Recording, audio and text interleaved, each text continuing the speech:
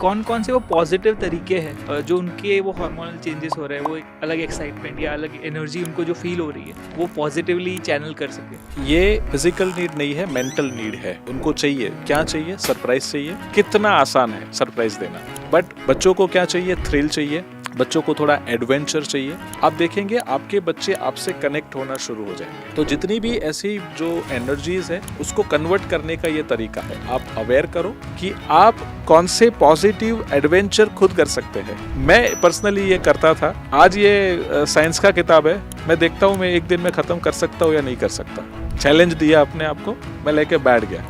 तो अब पूरा साल पढ़ने की जरूरत क्या है? ऐसे कौन से स्किल्स है जो एक बच्चे को सीखने चाहिए जो शायद वो नहीं सीखते? 10 साल के ऊपर के बच्चों के लिए 2 पार्ट में डिवाइड करता हूँ। एक स्किल आप डेवलप कीजिए, आप जिसे मैं कहता हूँ एकेडमिक स्किल्स। दूसरा स्किल आपको डेवलप करना है, that is a life skill. ये जितने भी प्रॉब्लम्स हम देख रहे हैं ना, उसका एक रीजन है कि बच्चों के पास गोल ही नहीं है। 10th स्टैंडर्ड के बच्चों को आप पूछो आप स्कूल क्यों आ रहे हो? पढ़ाई करने। फिर एक सवाल होता है मेरा, और ट्यूशन है? बोले हाँ, मतलब क्यों है? स्कूल में अच्छा पढ़ाते नहीं ना, इसके लिए। उसको बदलना पड़ेगा, एंड जब वो आप बदलेंगे तो it will give you a great change. I am very happy to have you आज इस पॉडकास्ट पे। और आपके जो 14 इयर्स का एज अ स्टूडेंट सक्सेस को का जो एक्सपीरियंस है उससे काफ़ी स्टूडेंट्स को बहुत ज़्यादा सीखने को मिलेगा। I really hope so. So my first question is कि कौन कौन से वो पॉजिटिव तरीके हैं वेयर जो उनके वो हार्मोनल चेंजेस हो रहे हैं, वो एक अलग एक्साइटमेंट या अलग एनर्जी उनको जो फील हो रही है वो पॉजिटिवली चैनल कर सके? देखिए, बहुत आसान है बेसिकली इस चीज़ को समझना। समझिए कि ये फिजिकल नीड नहीं है, मेंटल नीड है। उनको चाहिए, क्या चाहिए? सरप्राइज चाहिए। आप सोचिए कि आप अपने बच्चे को सरप्राइज कैसे दे सकते हैं। सरप्राइज छोटी भी हो सकती है, बड़ी भी हो सकती है, उससे कोई उनको फर्क नहीं पड़ता। उनको क्या चाहिए? सरप्राइज। तो सरप्राइज देने के लिए एक छोटा सा काम किया जा सकता है। लेट्स से आप अपने फैमिली के साथ नॉर्मली मंथ में एक बार, 2 मंथ में एक बार मूवीज देखने जाते हैं। तो हम जैसे ही घर पे आते हम सीधा बोल देते चलो आज हम सिंघम 3 देखने जाते, राइट? तो बस ये नहीं करना है। अब थोड़ा सरप्राइज फैक्टर लेके आओ। जस्ट इतना करो, अपने बच्चों को या अपने वाइफ के फ़ोन में फ़ोन कीजिए अपने बच्चों को, उनको बोलिए कि फ़ोन दीजिए, बोलो कि बेटा तैयार हो जाओ, आज हम कहीं जा रहे हैं। कहाँ? वो तो बस तैयार हो जाओ। उनको सोच, अब उनके दिमाग में क्या हो रहा है? अब प्रोसेस पूरा चेंज। अरे कहाँ जाना होगा का, एंड बस वो तैयार हो गए। अब जैसे अब गाड़ी का दरवाज़ा है, उनको वो बैठ गए, पूछेंगे कहाँ जा रहे पापा? सरप्राइज। कितना आसान है सरप्राइज देना, बट वो हमको किसी ने सिखाया नहीं है। सो पेरेंट्स के लिए भी थोड़ा एजुकेशन लेना ज़रूरी है। तो बस ये एक तरीका हो गया कि सरप्राइज कैसे देने का, ठीक है? बच्चों को क्या चाहिए? थ्रिल चाहिए, बच्चों को थोड़ा एडवेंचर चाहिए। तो ऐसे पिकनिक स्पॉट पर घूमने जाइए जहाँ पर उनको थोड़ा एडवेंचरस फील हो। मे बी हो सकता है ट्रैकिंग, जहाँ पर चैलेंजेस दिख रही है। अरे देखो ऊपर चढ़ना है हमें, कैसे चढ़ेंगे? मुझे याद है हम लोग गांव में थे और पहले के समय में ये थ्रिल एक्सपीरियंस करते भी थे, बट तब सेफ्टी के साथ नहीं होता था। आई मीन गांव के अंदर जैसे डैम है पानी का, तो लोग वहाँ पर चढ़ते थे, खुद ही चले जाते थे, माँ बाप को नहीं बताए बिना, क्योंकि वो थ्रिल एक्सपीरियंस, एडवेंचर चाहिए था। और सेम वे कुछ लोग पानी में कूद भी जाते हैं, एंड हम देखते हैं कि सम इतने बच्चों का कुछ डेथ हो गया या ये हुआ वो हुआ। तो that are very risky things. But आप अगर सेफ्टी के साथ एडवेंचर टूर पे चले गए, एंड बताना तो तभी भी नहीं है, बस तैयार हो जाओ हम कहीं जा रहे हैं, एंड बस वो सरप्राइज सरप्राइज सरप्राइज, एंड वहाँ तक पहुँचा दो। फिर उनको जब पता चलेगा अच्छा ये सरप्राइज था, तो वहाँ पर उनको सरप्राइज भी मिल गया और ये जो एडवेंचरस चीज़ हो गई या फिर वहाँ पर थ्रिलिंग उनको मिल गया, तो that will be a great. मतलब आप इसे एक्सपीरियंस एक बार अपने बच्चे के साथ करके देखिए कि जब वो ये चीज़ें करेंगे they will feel really awesome. और ऐसा मैं ये मानता हूँ महीने में एक आध थ्रिल करवा देना, एक आध सरप्राइज दे देना नेक्स्ट मंथ में या कहीं पर, पॉसिबल हो तो एवरी वीक या जब भी पॉसिबल है, आप देखेंगे आपके बच्चे आपसे कनेक्ट होना शुरू हो जाएंगे। जो कहते हैं ना कि जनरेशन गैप बढ़ते जाता है, फिर बच्चे बातें नहीं सुनते, वो ख़त्म ही हो जाएगा, आपके बच्चे आपके साथ जुड़ना शुरू हो जाएंगे। तो जितनी भी ऐसी जो एनर्जीज़ है उसको कन्वर्ट करने का ये तरीका है, आप अवेयर करो, एजुकेट करो, एजुकेशन दिया जाएगा बच्चों को, फिर आप उनके एक्सपीरियंसेस को देते जाइए। ऐसे बहुत सारे एक्सपीरियंसेस हो सकते हैं। एक एग्जांपल, अगर आपके एरिया में आसपास में कहीं स्विमिंग पूल है, राइट, तो स्विमिंग नहीं आता बच्चों को, स्विमिंग सिखाना, तो वहाँ पर भी उसको बोलना कि उसके साथ आप भी सीखो, और अगर देखते हैं कौन पहले कंप्लीट करता है, बेसिकली कंपटीशन उसको भी करनी है, बट कोई पार्टनर भी तो होना चाहिए साथ में, कोई है ही नहीं। वो वीडियो गेम्स में क्या कर रहे हैं आजकल के यंगस्टर्स, आप देखिए गेम्स खेल रहे हैं, तो वो जो फील है ना वो वहाँ ले रहा है, उसको फिजिकल कहीं पर आप उसको लेकर जाओ, वो चाहे क्रिकेट खेलना हो गया, कहीं पर भी उसको वो चीज़ मिलनी चाहिए। तो मेनली कोई स्पोर्ट्स एक्टिविटी के साथ भी आप वो एनर्जी को कन्वर्ट कर सकते हैं, जहाँ पर आप अपने बच्चे के साथ कोई स्पोर्ट्स खेलेंगे, क्योंकि उसको एक पार्टनर चाहिए, और एक मैच्योर्ड पार्टनर आप एज अ पेरेंट, एक फादर या एक मदर होंगे, तो दैट विल वो काफ़ी अच्छे से काम करेगा। अगर आपकी बच्ची है, उसको भी थ्रिल कैसे देंगे, उसको तो ज़्यादा फेमिनाइन में ज़्यादातर सरप्राइजेस पसंद है, एक फ्लावर भी लेकर जाओगे ना वो भी सरप्राइज है, एक पेन आप जो देते हैं ना वो भी गिफ्ट करके दोगे तो वो भी सरप्राइज है। तो वो जितना आप देते जाएंगे दैट विल हेल्प। कहते हैं कि ये हम लोग मेरा ये ऑब्जर्वेशन है, स्कूल के अंदर जब बच्चा नर्सरी में एडमिशन लेता है और जब पेरेंट्स मीटिंग होती है तो सब पेरेंट्स वहाँ पर होंगे। जब बच्चा 5th स्टैंडर्ड में जाएगा और जब पेरेंट्स मीटिंग होगी तो सब पेरेंट्स वहाँ पर नहीं होंगे, वहाँ पर एक ड्रॉप आएगा, 80 या 70% पेरेंट्स वहाँ पर होंगे। और जब बच्चा 10th स्टैंडर्ड में आ गया और वहाँ पर पेरेंट्स मीटिंग होगी, आपको क्या लगता है क्या रेशियो होगा? Less than 10%। Less than 10%। क्यों? बोले सर अब तो बच्चा बड़ा हो गया, अब उसे कहाँ हमारी ज़रूरत है। अरे उसी समय सबसे ज़्यादा आपकी ज़रूरत है, बट वो अवेयरनेस हमें नहीं है। तो एज अ पेरेंट हमें अपने आप को थोड़ा अवेयर करना है। दूसरा, एज अ स्टूडेंट आप खुद सोचिए कि आप कौन से पॉजिटिव थ्रिल को एक्सपीरियंस कर सकते हैं, कौन से पॉजिटिव एडवेंचर खुद कर सकते हैं। तो मैं पर्सनली ये करता था।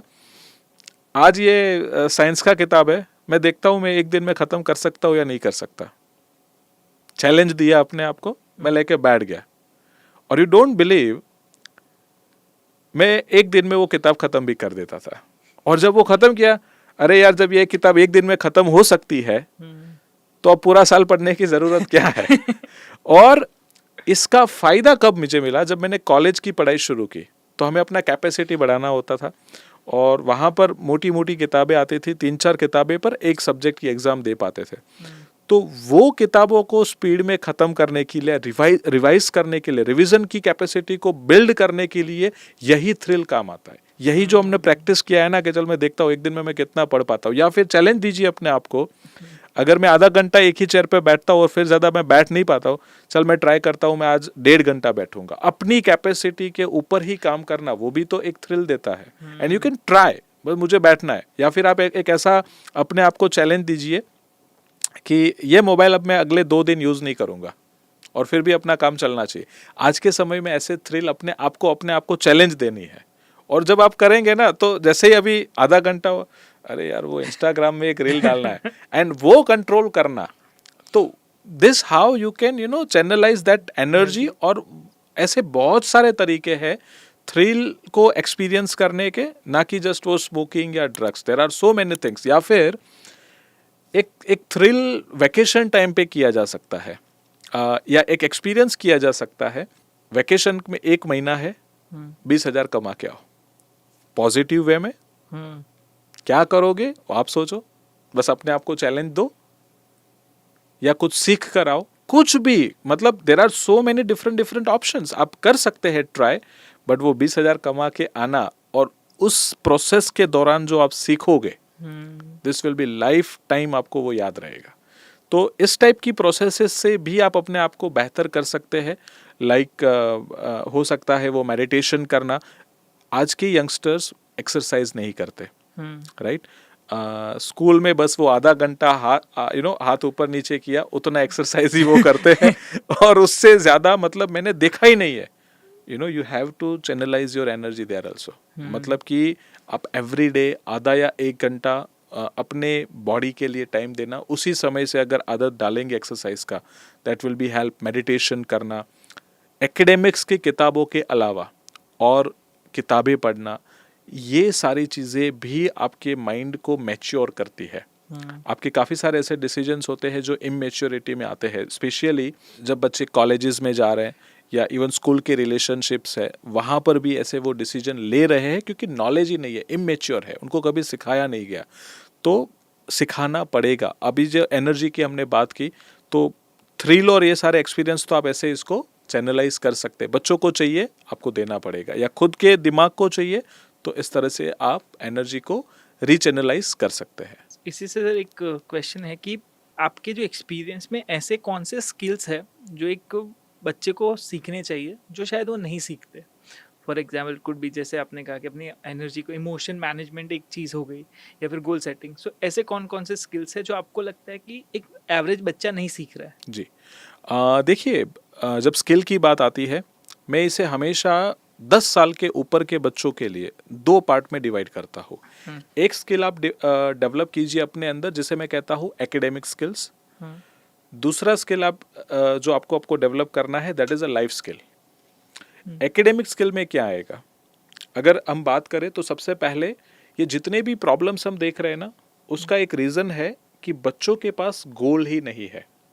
मैं आपको एक क्वेश्चन देता हूँ, बड़ा इंटरेस्टिंग क्वेश्चन है, और मैं बहुत स्टूडेंट्स के ये पूछता हूँ जब वो 1-to-1 में मेरे पास होते हैं.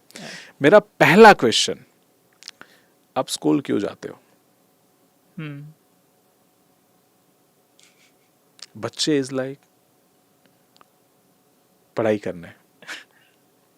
आप पढ़ाई क्यों करते हो? पता नहीं. वो स्कूल क्यों जा रहे हैं, वो पढ़ाई क्यों कर रहे हैं, उनको पता ही नहीं है. जो इंसान 12 साल स्कूल में जा रहा है, उसको यही नहीं पता मैं इधर क्यों जा रहा हूं. जब आपका वाई क्लियर नहीं है तो आप वो काम ढंग से करेंगे ही नहीं. पहली चीज वाई क्लियर करवाना. अब मेरी 4 साल की गुड़िया है, फर्स्ट अभी तो जूनियर केजी में जा रही है. तो मैंने उसका वाई कैसे क्लियर किया, मैं बहुत एक्सपेरिमेंट करता हूँ उन पे, प्रैक्टिकली करता हूँ. कभी अच्छी स्कूल में रखा, कभी मीडियम स्कूल. अभी 2nd ईयर है, दूसरी स्कूल चेंज हो गई है, तो आई वाज जस्ट एक्सप्लोरिंग. तो अब मैं लैपटॉप पे कुछ टाइप कर रहा हूँ, कुछ लिख रहा हूँ, फिर कुछ पेपर पे कुछ पढ़ रहा हूँ, और मैं जानबूझ के लाउडली पढ़ता हूँ थोड़ा. अब वो आई, मैं बोला ये पढ़ना आता है? फिर मैंने उसको कुछ वर्ड्स दिखाए. ए लिखा है? बोले हाँ. बोले टी लिखा है? बोले हाँ. तो आई सेड कि देखो ये आपको किसने सिखाया इसको टी बोलते? बोले स्कूल में सिखाया. बोले मैंने 12 साल स्कूल किया तो मैं ये पढ़ सकता हूँ. आप स्कूल जाओगे, रेगुलर जाओगे, तो आपको भी ये पढ़ना आ जाएगा, फिर मैं आपकी तरह पढ़ पाऊंगे. मैं बोला यस. तो उसको एक रीजन मिला कि मुझे स्कूल क्यों जाना है, क्योंकि मुझे वहां पर पढ़ने को मिलेगा, वहां पर लिखने को मिलेगा. And then how I appreciate कि मान लीजिए कि मैं कुछ लिख रहा हूँ, राइट, और अब वो भी कुछ लिख रही है, तो आई से कि देखो ये लिखना तुमको किसने सिखाया?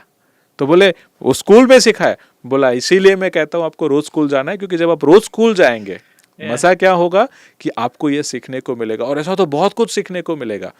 तो उसके माइंड में ये सेट हो गया कि मैं रोज स्कूल में जाऊंगी, मैं कुछ सीख के आऊंगी. अब स्कूल में एक्टिविटी भी बहुत करवाते हैं, स्पेशली बच्चे छोटे, तो वो एक्टिविटी को एंजॉय करते, बट उसको रीजन मिल गया.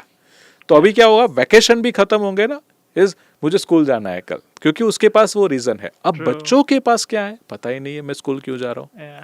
10th स्टैंडर्ड के बच्चों को आप पूछो आप स्कूल क्यों आ रहे हो? पढ़ाई करने. फिर एक सवाल होता है मेरा, और सही में पढ़ाई करते हो? तो दे आर लाइक, बोले सर नहीं. फिर मेरा एक क्वेश्चन और होता है, ट्यूशन है? बोले हाँ. मतलब क्यों है? स्कूल में अच्छा पढ़ाते नहीं ना, इसके लिए. मतलब दे आर टोटली कंफ्यूज्ड, कोई क्लैरिटी नहीं है, बस वही प्रॉब्लम है. और जब वो क्लैरिटी एक बार आना शुरू हो जाए तो देयर इज़ अ वाई, पहले वो क्लियर हो जाना चाहिए। कोई भी यंगस्टर है, कोई भी टीनेजर है 10 साल के ऊपर, क्योंकि नॉर्मली कहते हैं 13 ईयर से टीनेज शुरू होता है, बट मेरा ऐसा मानना है कि अभी की जनरेशन है ना वो थोड़ी फास्ट है, तो 11 साल के आसपास उनका ब्रेन वो लेवल पे पहुंच रहा है, तो 10-11 साल के आसपास उनका वाई क्लियर करवाते जाइए। वाई क्लियर हो गया उसके बाद उनके स्किल्स डेवलप करवाइए, उसमें एकेडमिक स्किल्स।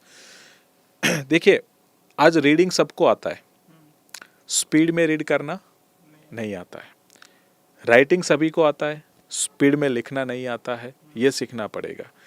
मेमोराइजिंग मतलब चीज़ों को याद करना सबको आता है, लेकिन स्पीड में मेमोराइज करना, स्पीड में चीज़ों को रिकॉल करना, ये नहीं आता है। तो this are the 3 academic skills जो बच्चों को सीखनी चाहिए। इसके साथ साथ जो सीखना है and that is goal setting.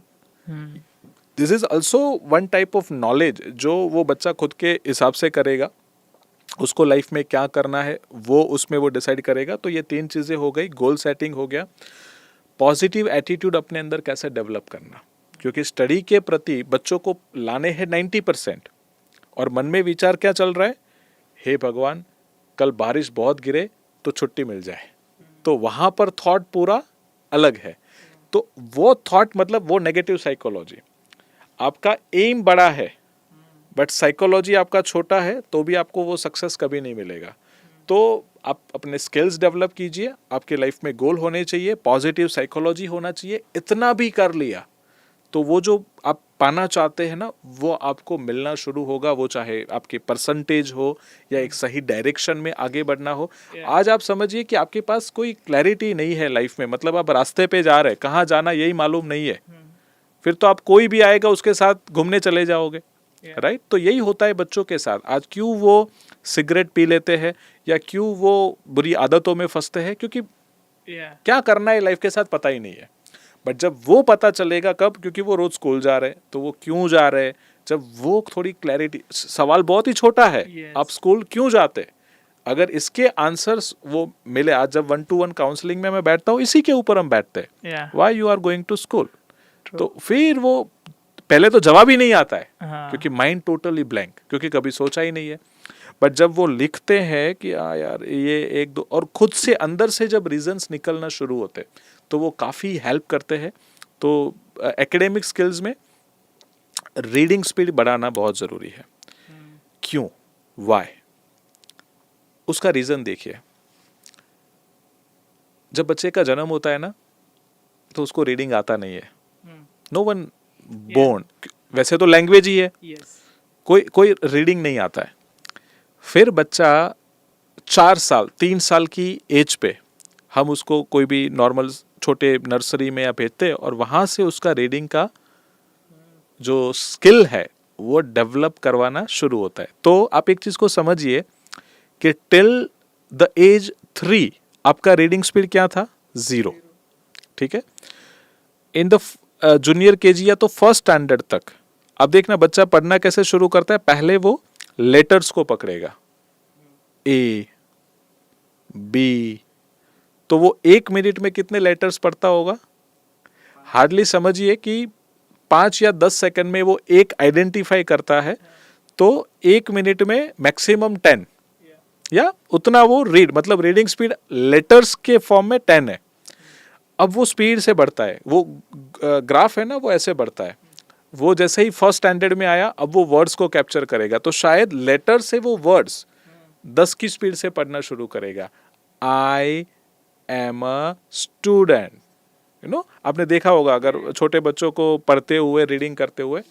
अब वही बच्चा जब 3rd या 4th स्टैंडर्ड में जाता है तो I am a student and उसकी स्पीड बढ़ती है, तो शायद उस समय उनका रीडिंग स्पीड पहुंच गया 40-50 वर्ड्स पर मिनट।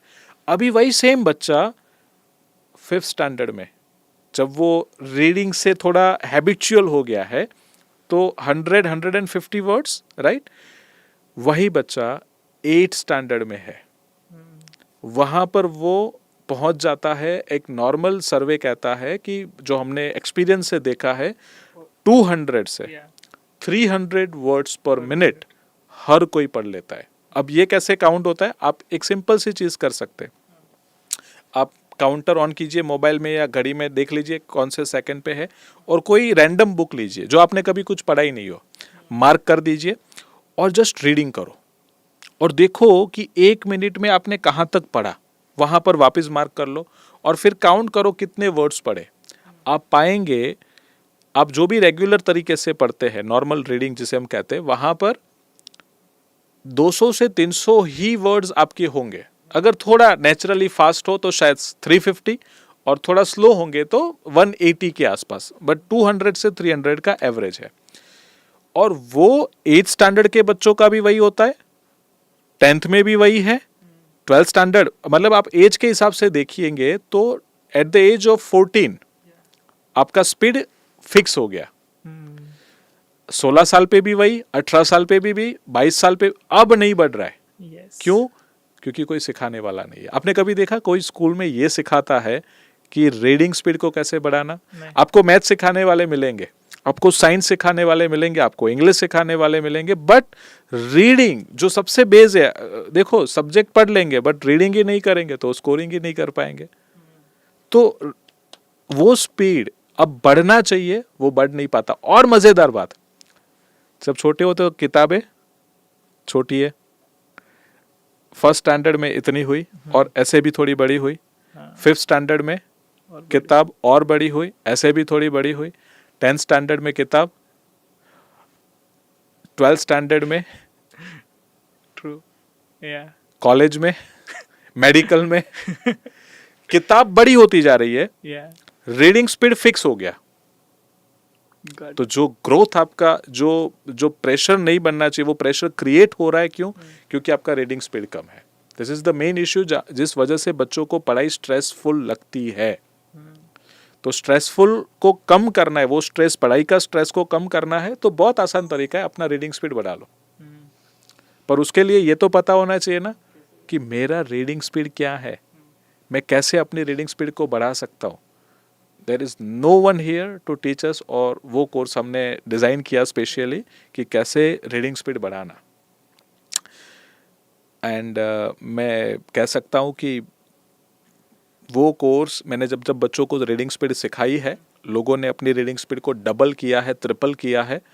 और देयर आर स्टूडेंट्स जो विदाउट ट्यूशन 12th में 90% स्कोर लेकर आए हैं। आप एक चीज़ सिंपल समझिए, जो चीज़ आप 1 घंटे में करते हो वो आधे घंटे में हो जाए, टाइम मिला एक्स्ट्रा, Yes. स्ट्रेस कम हो गया। जो चीज़ आप 2 घंटे में करते हो वो 1 घंटे में हो जाए, कितना आप अपने आप को फ्री कर दिए। और उससे भी ज़्यादा फोकस बढ़ गया, उससे भी ज़्यादा आपका अटेंशन बढ़ गया, और इसीलिए ये मज़ेदार है। Yeah. And the beauty of इस कि देखो ये चीज़ इस्तेमाल करके आज 12th स्टैंडर्ड की अगर मैं बात करूँ तो बच्चे जो है 90% ला चुके हैं। मेरे पास रिजल्ट्स है, टेस्टिमोनियल्स है। दूसरा, आई हैव स्टूडेंट्स जो सीए बन चुके। अब सीए में तो कितना पढ़ाई है, कितना डेप्थ अंडरस्टैंडिंग लाना पड़ता है। आई हैव स्टूडेंट्स जिन्होंने गवर्नमेंट एग्ज़ाम्स जो कहते हैं पीएसआई की, जीपीएससी की, वो सारी एग्ज़ाम्स को भी बच्चों ने पास किया है। तो ये स्किल्स सीखने से आप उतनी डेप्थ अंडरस्टैंडिंग भी डेवलप करते हैं। कहते हैं ना, केवल रीडिंग नहीं करना है, रीडिंग के साथ साथ आपका अटेंशन, आपका फोकस और आपका मेमोराइजेशन भी बढ़ना चाहिए, तब जाके वो रीडिंग काम आएगा। तो this is important. Reading skills improve कर दो, आपकी स्पीड बढ़ गई तो ये आपका जो स्ट्रेस है ना स्टूडेंट का, वो कम हो जाएगा। क्योंकि आज बच्चों का प्रॉब्लम ये है कि हमारे पास टाइम ही नहीं है। टाइम क्यों नहीं है? स्कूल गए, कोचिंग क्लास के ट्यूशन्स में गए, फिर स्कूल का होमवर्क किया, फिर ट्यूशन का होमवर्क किया, अब रीडिंग के लिए तो टाइम है ही नहीं, एग्जाम के लिए प्रिपरेशन करने के लिए टाइम ही नहीं है। तो कम टाइम में आपको रीडिंग करना है, तो that how speed reading will help you. अब दूसरी चीज़, रीडिंग के साथ साथ आपको अपना राइटिंग स्पीड भी इम्प्रूव करना है।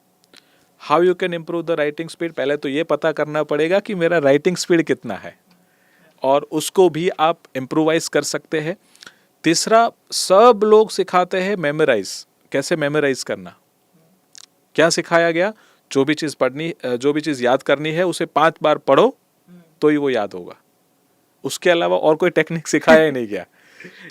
तो उसके लिए द सिंपल फंडा इज कि आपको मेमोरी टेक्निक सीखने पड़ेंगे। एक छोटा एग्जाम्पल, जैसे एक एक्रोनियम टेक्निक है। हमको सीखना होता था 7 कलर्स, रेनबो के 7 कलर्स। तो हमको एक टेक्निक हमारे सर ने दे दिया, विबग्योर याद कर लो, तो वो 7 कलर सीक्वेंस में याद हो गए। तो कितना आसान हो गया, राइट।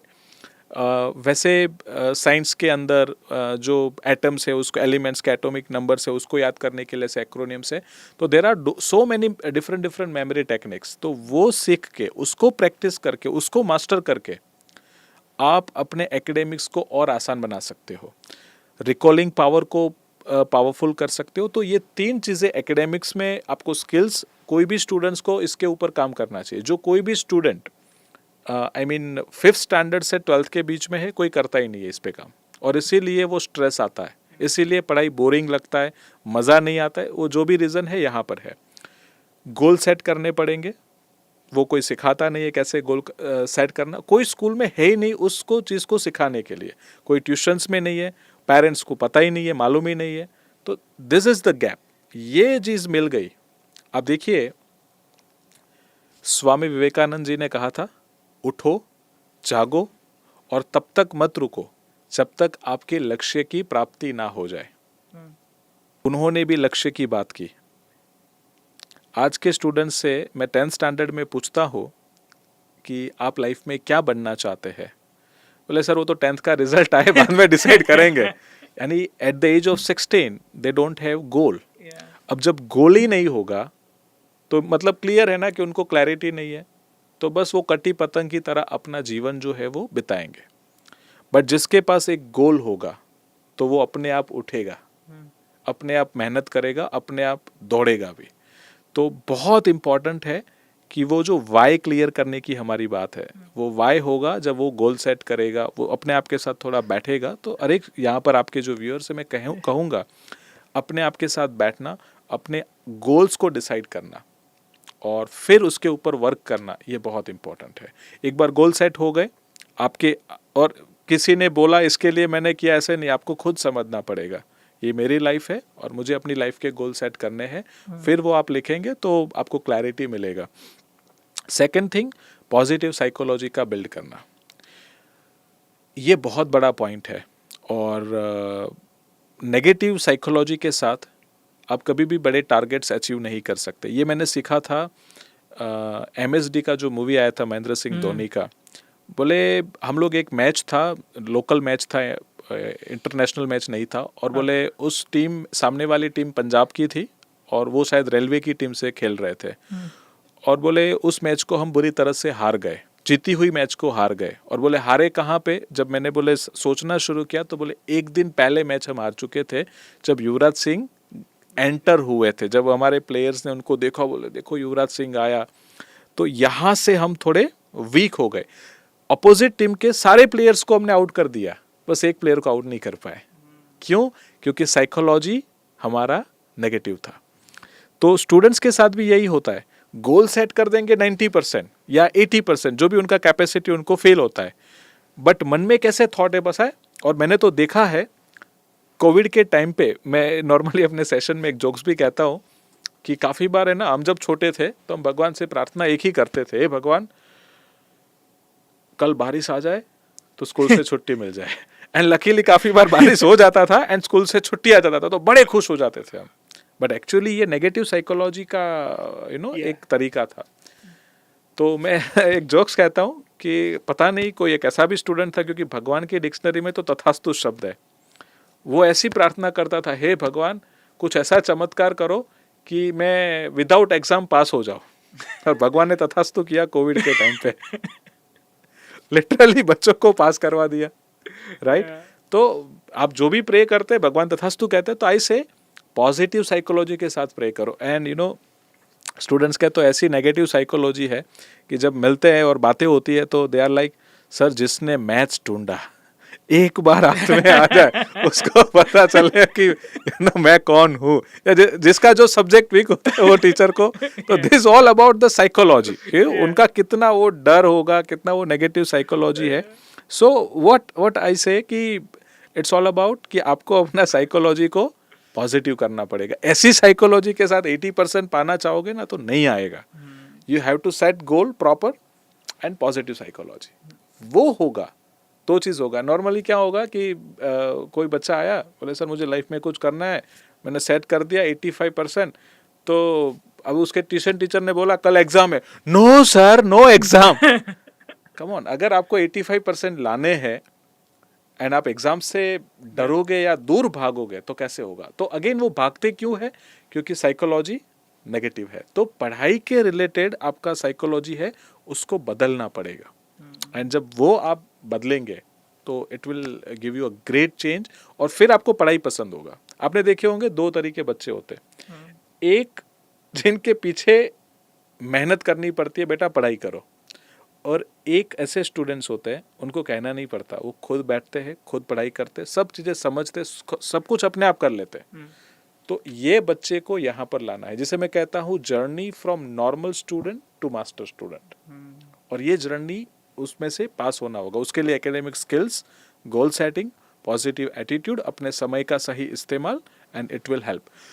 दूसरी जो स्किल्स डेवलप करनी है एकेडमिक्स के अलावा, वो है लाइफ स्किल्स, जो आज के समय में, या मैं तो कहता हूँ आने वाले को समय में ध्यान में रखते हुए ये लाइफ स्किल्स को डेवलप करना बहुत ही ज़्यादा ज़रूरी है। लाइफ स्किल्स में हो सकता है कि फेलियर का सामना कैसे करना, this is one of the life skill जो बच्चों को सीखनी चाहिए, सिखानी चाहिए। Meditations, yoga, exercise, health conscious की जो चीज़ें हैं, तो ये भी एक लाइफ का पार्ट है। और मैं ये नहीं कहता हूँ कि सब के एक्सपर्ट्स अवेलेबल है, सब मेरे से आप नहीं सीख पाएंगे। देयर आर एक्सपर्ट्स अवेलेबल, जो जिस इसका एक्सपर्ट है उनके पास जाकर वो चीज़ सीखनी चाहिए। जैसे मैं मेरे हर एक प्रोग्राम्स में कहता हूँ कि कोई भी बच्चा, जैसे स्नेह सर का चेंज योर लाइफ का इवेंट है, तो अगर एक यंगस्टर 14, 15, 16 के आसपास है, तो उनके लिए वो मस्ट प्रोग्राम है। क्योंकि जब वहाँ पर वो बंदा जाएगा तो उससे उनके थॉट प्रोसेस में बदलाव आएगा, मेडिटेशन को वो जानेंगे, समझेंगे, तो और ये नॉलेज मिलेगा, क्योंकि उनको तो मालूम भी नहीं है ना कि ये भी एक नॉलेज है, ये भी एक सीखने वाली चीज़ें हैं, तो वो अटेंड करना ज़रूरी है।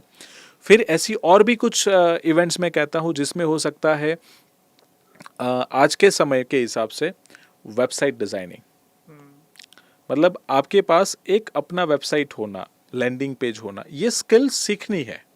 यूज़ कब करोगे वो भूल जाओ, समझ के रखो। सोशल मीडिया मार्केटिंग सीखो, जब आपका वैकेशन है, चलो वैकेशन नहीं, आप पढ़ाई एकेडमिक्स में भी अच्छा कर रहे हो और आपके पास थोड़ा स्पेयर टाइम है, तो आप उस समय पर भी सोशल मीडिया के स्किल्स है वो सीख सकते हैं। एआई जो आ रहा है, तो एआई को सीखना और उसके प्रॉपर जगह से सीखना, क्योंकि this are the future realistic skill, कब काम आ जाए पता नहीं है। एक और चीज़ जिसके ऊपर मैंने थोड़ा अभी काम किया, रियल एस्टेट। बच्चों को मतलब 12 साल पढ़ाई करने के बाद, जब मैंने अपना 12th कंप्लीट किया, 17 इयर्स की एज, हम जो मकान में रहते हैं या हमारे पास अगर कोई फार्म है, तो उसके डॉक्यूमेंट्स में क्या लिखा है, literally we are not aware कि वो क्या कहना चाहता है। तो रियल एस्टेट को स्कूल में कभी सिखाया नहीं गया, तो ये भी एक लाइफ स्किल का एक पार्ट है कि जो हमें इनडायरेक्ट वे में कहीं से सीखना ज़रूरी है। और ऐसी बहुत सी स्किल्स है, जैसे मैं कहता हूँ कि क्रिएटिव राइटिंग नहीं सिखाया गया, कि एक ऑथर भी आप यंग ऑथर बन सकते हैं, जो सीखना ज़रूरी है। ऐसी अगर हम स्किल की बात करें, सोशल मीडिया, मैंने कहा अगर कोई बच्चा इंजीनियर बनना चाहता है, तो आई विल से कि 8, 9, 10th, 11th से उसको ऑटोकैड सिखाओ। काम आए नहीं आए बात की बात है, सीखना, क्योंकि वो एज ऐसी है, वो आपकी एज पे आप लर्निंग बेस्ट कर पाओगे। उस समय पे सीख लिया, वो ज़िंदगी भर आपको काम आएगा। मैंने 8th स्टैंडर्ड में था, तो हमारे स्कूल में टेक्निकल्स के सब्जेक्ट होते थे, तो वहाँ पर हमको इलेक्ट्रिक, फिर दूसरा एक सब्जेक्ट था कंप्यूटर एडेड इंजीनियरिंग ड्राइंग, और एक मैकेनिकल का सब्जेक्ट, तो वो हमको सीखने को मिला था। तो I am really thankful to the school कि वो चीज़ें हमको उस समय पर सीखने को मिली। तो आज मुझे ये एहसास है कि एकेडमिक्स के साथ साथ और भी चीज़ें सीखनी ज़रूरी है। तो उस समय पर मैंने जो ये कंप्यूटर एडेड सीखा था, जो ड्राइंग, तो आज के समय में वो, उस समय हम पेपर पे करते थे, और उसका जो लेटेस्ट वर्जन होता है ना, उसका यूज़ कहाँ होता है, ऑटोकैड में। और उससे भी जब आप एडवांस चले जाते हैं तो जो 3D के सॉफ्टवेयर है, जो आज 3D फिल्म्स बन रही, वहाँ पर वही एक्स वाई और जेड एक्सिस पे काम होता है। तो बेसिकली शुरुआत बेसिक से होती है। तो वो 8 स्टैंडर्ड्स में हम सीख रहे थे, जहाँ पे और स्कूल में वो ऑप्शन नहीं था। तो अब स्कूल में ऑप्शन नहीं है तो आप कहीं बाहर जाके भी सीख सकते हैं। मे भी हो सकता है अकाउंटिंग के स्किल्स, जैसे आजकल के पेरेंट्स को इतना ही लगता है MS ऑफिस सिखा दो, इंटरनेट का बेसिक कोर्स करवा दो, जो सर्फिंग, आजकल के बच्चों को वो सब आता है। पहले के लिए वो कोर्स सही थे। आज आपको 1-2 स्टेप और थोड़े एडवांस होने पड़ेंगे। मनी मैनेजमेंट बच्चों को सिखाना ज़रूरी है, जहाँ पर आप थोड़ा सेविंग सिखाइए और उसको कैसे इन्वेस्ट करना। मैं बहुत ही शॉक हो गया था, 11 साल की उम्र से वॉरेन बफेट न्यूज़पेपर डालने जाते थे, वहाँ से कुछ पैसे आते थे उनके पास, उसको वो इन्वेस्ट करते थे अपने पापा के अकाउंट में। एंड मुझे याद है, आई थिंक 16 ईयर की एज पे उन्होंने 3 प्रॉपर्टीज बाई की थी। उन्होंने 3-4 बिजनेस कर दिए थे उस टाइम पे। तो आई वाज शॉक कि ये स्किल्स उन्होंने सीखी या उनको सिखाई गई होगी उनके पेरेंट्स के द्वारा। But this are very important skills कि जो लाइफ स्किल्स का पार्ट है। और ऐसे तो बहुत सारे स्किल्स है। तो एक हो सकता है उसमें पब्लिक स्पीकिंग स्किल्स कि कम्युनिकेशन कैसे करना, वो स्टेज के ऊपर हो सकता है या अपने दोस्तों के साथ। काफ़ी बार काफ़ी ऐसे पार्टिसिपेंट आते हैं, स्टूडेंट्स मैं कहूँगा, जो UPSC के लिए प्रिपेयर्ड है, मतलब काफ़ी अच्छे से UPSC का उनको सारा नॉलेज है, बट एक डर है, सर इंटरव्यू हम कैसा दे पाएंगे, क्योंकि वो जो कम्युनिकेशन होगा वो कभी सीखा नहीं है।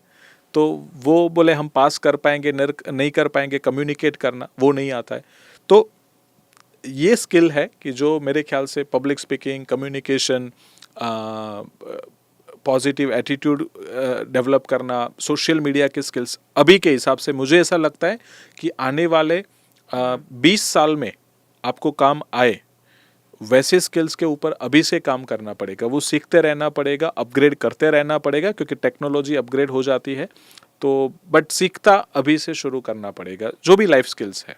Sir I want to go थोड़ा डीपर ऑन वाई वाला टॉपिक। ओके। बिकॉज अगर जितना मेरा अंडरस्टैंडिंग है कि वो वाई सॉर्टेड हो गया तो पूरी लाइफ के लिए मोटिवेशन का जो इशू है वो सॉर्ट है। बिल्कुल। कि अगर कोई बच्चे को क्लियर हो गया वाई, तो जो बुरी आदतें हैं शायद वो खुद जाएगा ही नहीं। Once the why is clear, तो एक बच्चा है उसको खुद का वाई क्लियर करना है तो कोई एक्सरसाइज कर सके, या फिर कोई पेरेंट है तो क्या डू यू सजेस्ट कि टीनेज में वो खुद वो अप्रोच करे, या फिर यू वांट कि कोई थर्ड पर्सन के अंडर काउंसलिंग करवा के, what is the best way? देखिए, तरीके काफ़ी सारे हैं। शुरुआत तो खुद से ही करनी चाहिए। चैलेंजेस दिखे तो आप करियर को, जैसे हम है स्टूडेंट सक्सेस कोच, तो हम उनकी हेल्प करते हैं।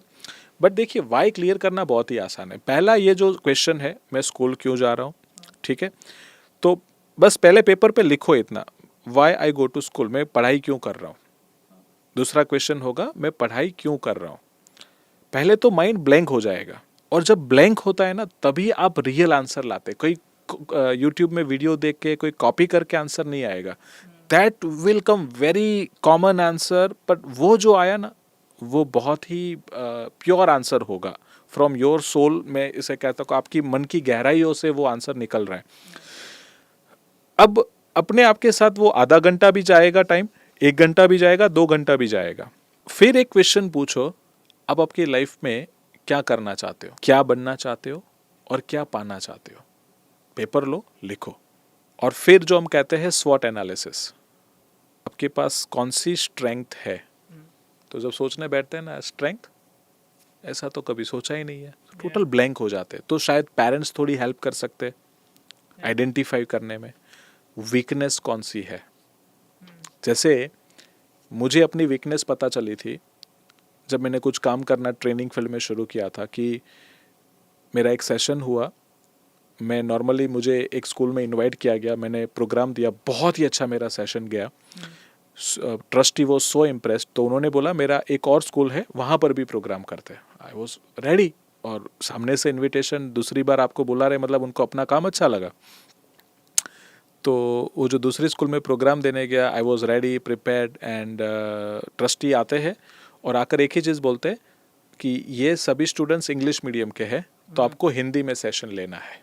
तो मैं पहले जो सेशन लेता था वो गुजराती में था, तो जैसे ही मुझे बोला हिंदी में लेना है, मैं बोला आज मेरे साथ कांड होगा। एंड मैं गया अंदर, 1.5 घंटे का सेशन था, आधा घंटा तो बच्चे हंसे ही है पेट पकड़ के, क्योंकि मैं मतलब ऐसे बोलता था जो नॉलेज आपको काम नहीं आता वो कचरा का ढगला बराबर है। तो इतना बुरा हिंदी में उस समय पर बोलता था। एंड फिर जैसे ही वो सेशन खत्म हुआ, क्योंकि बच्चे भी समझते थे और बच्चे काफ़ी मैं बोलता हूँ ना आपको सपोर्टेड होते हैं।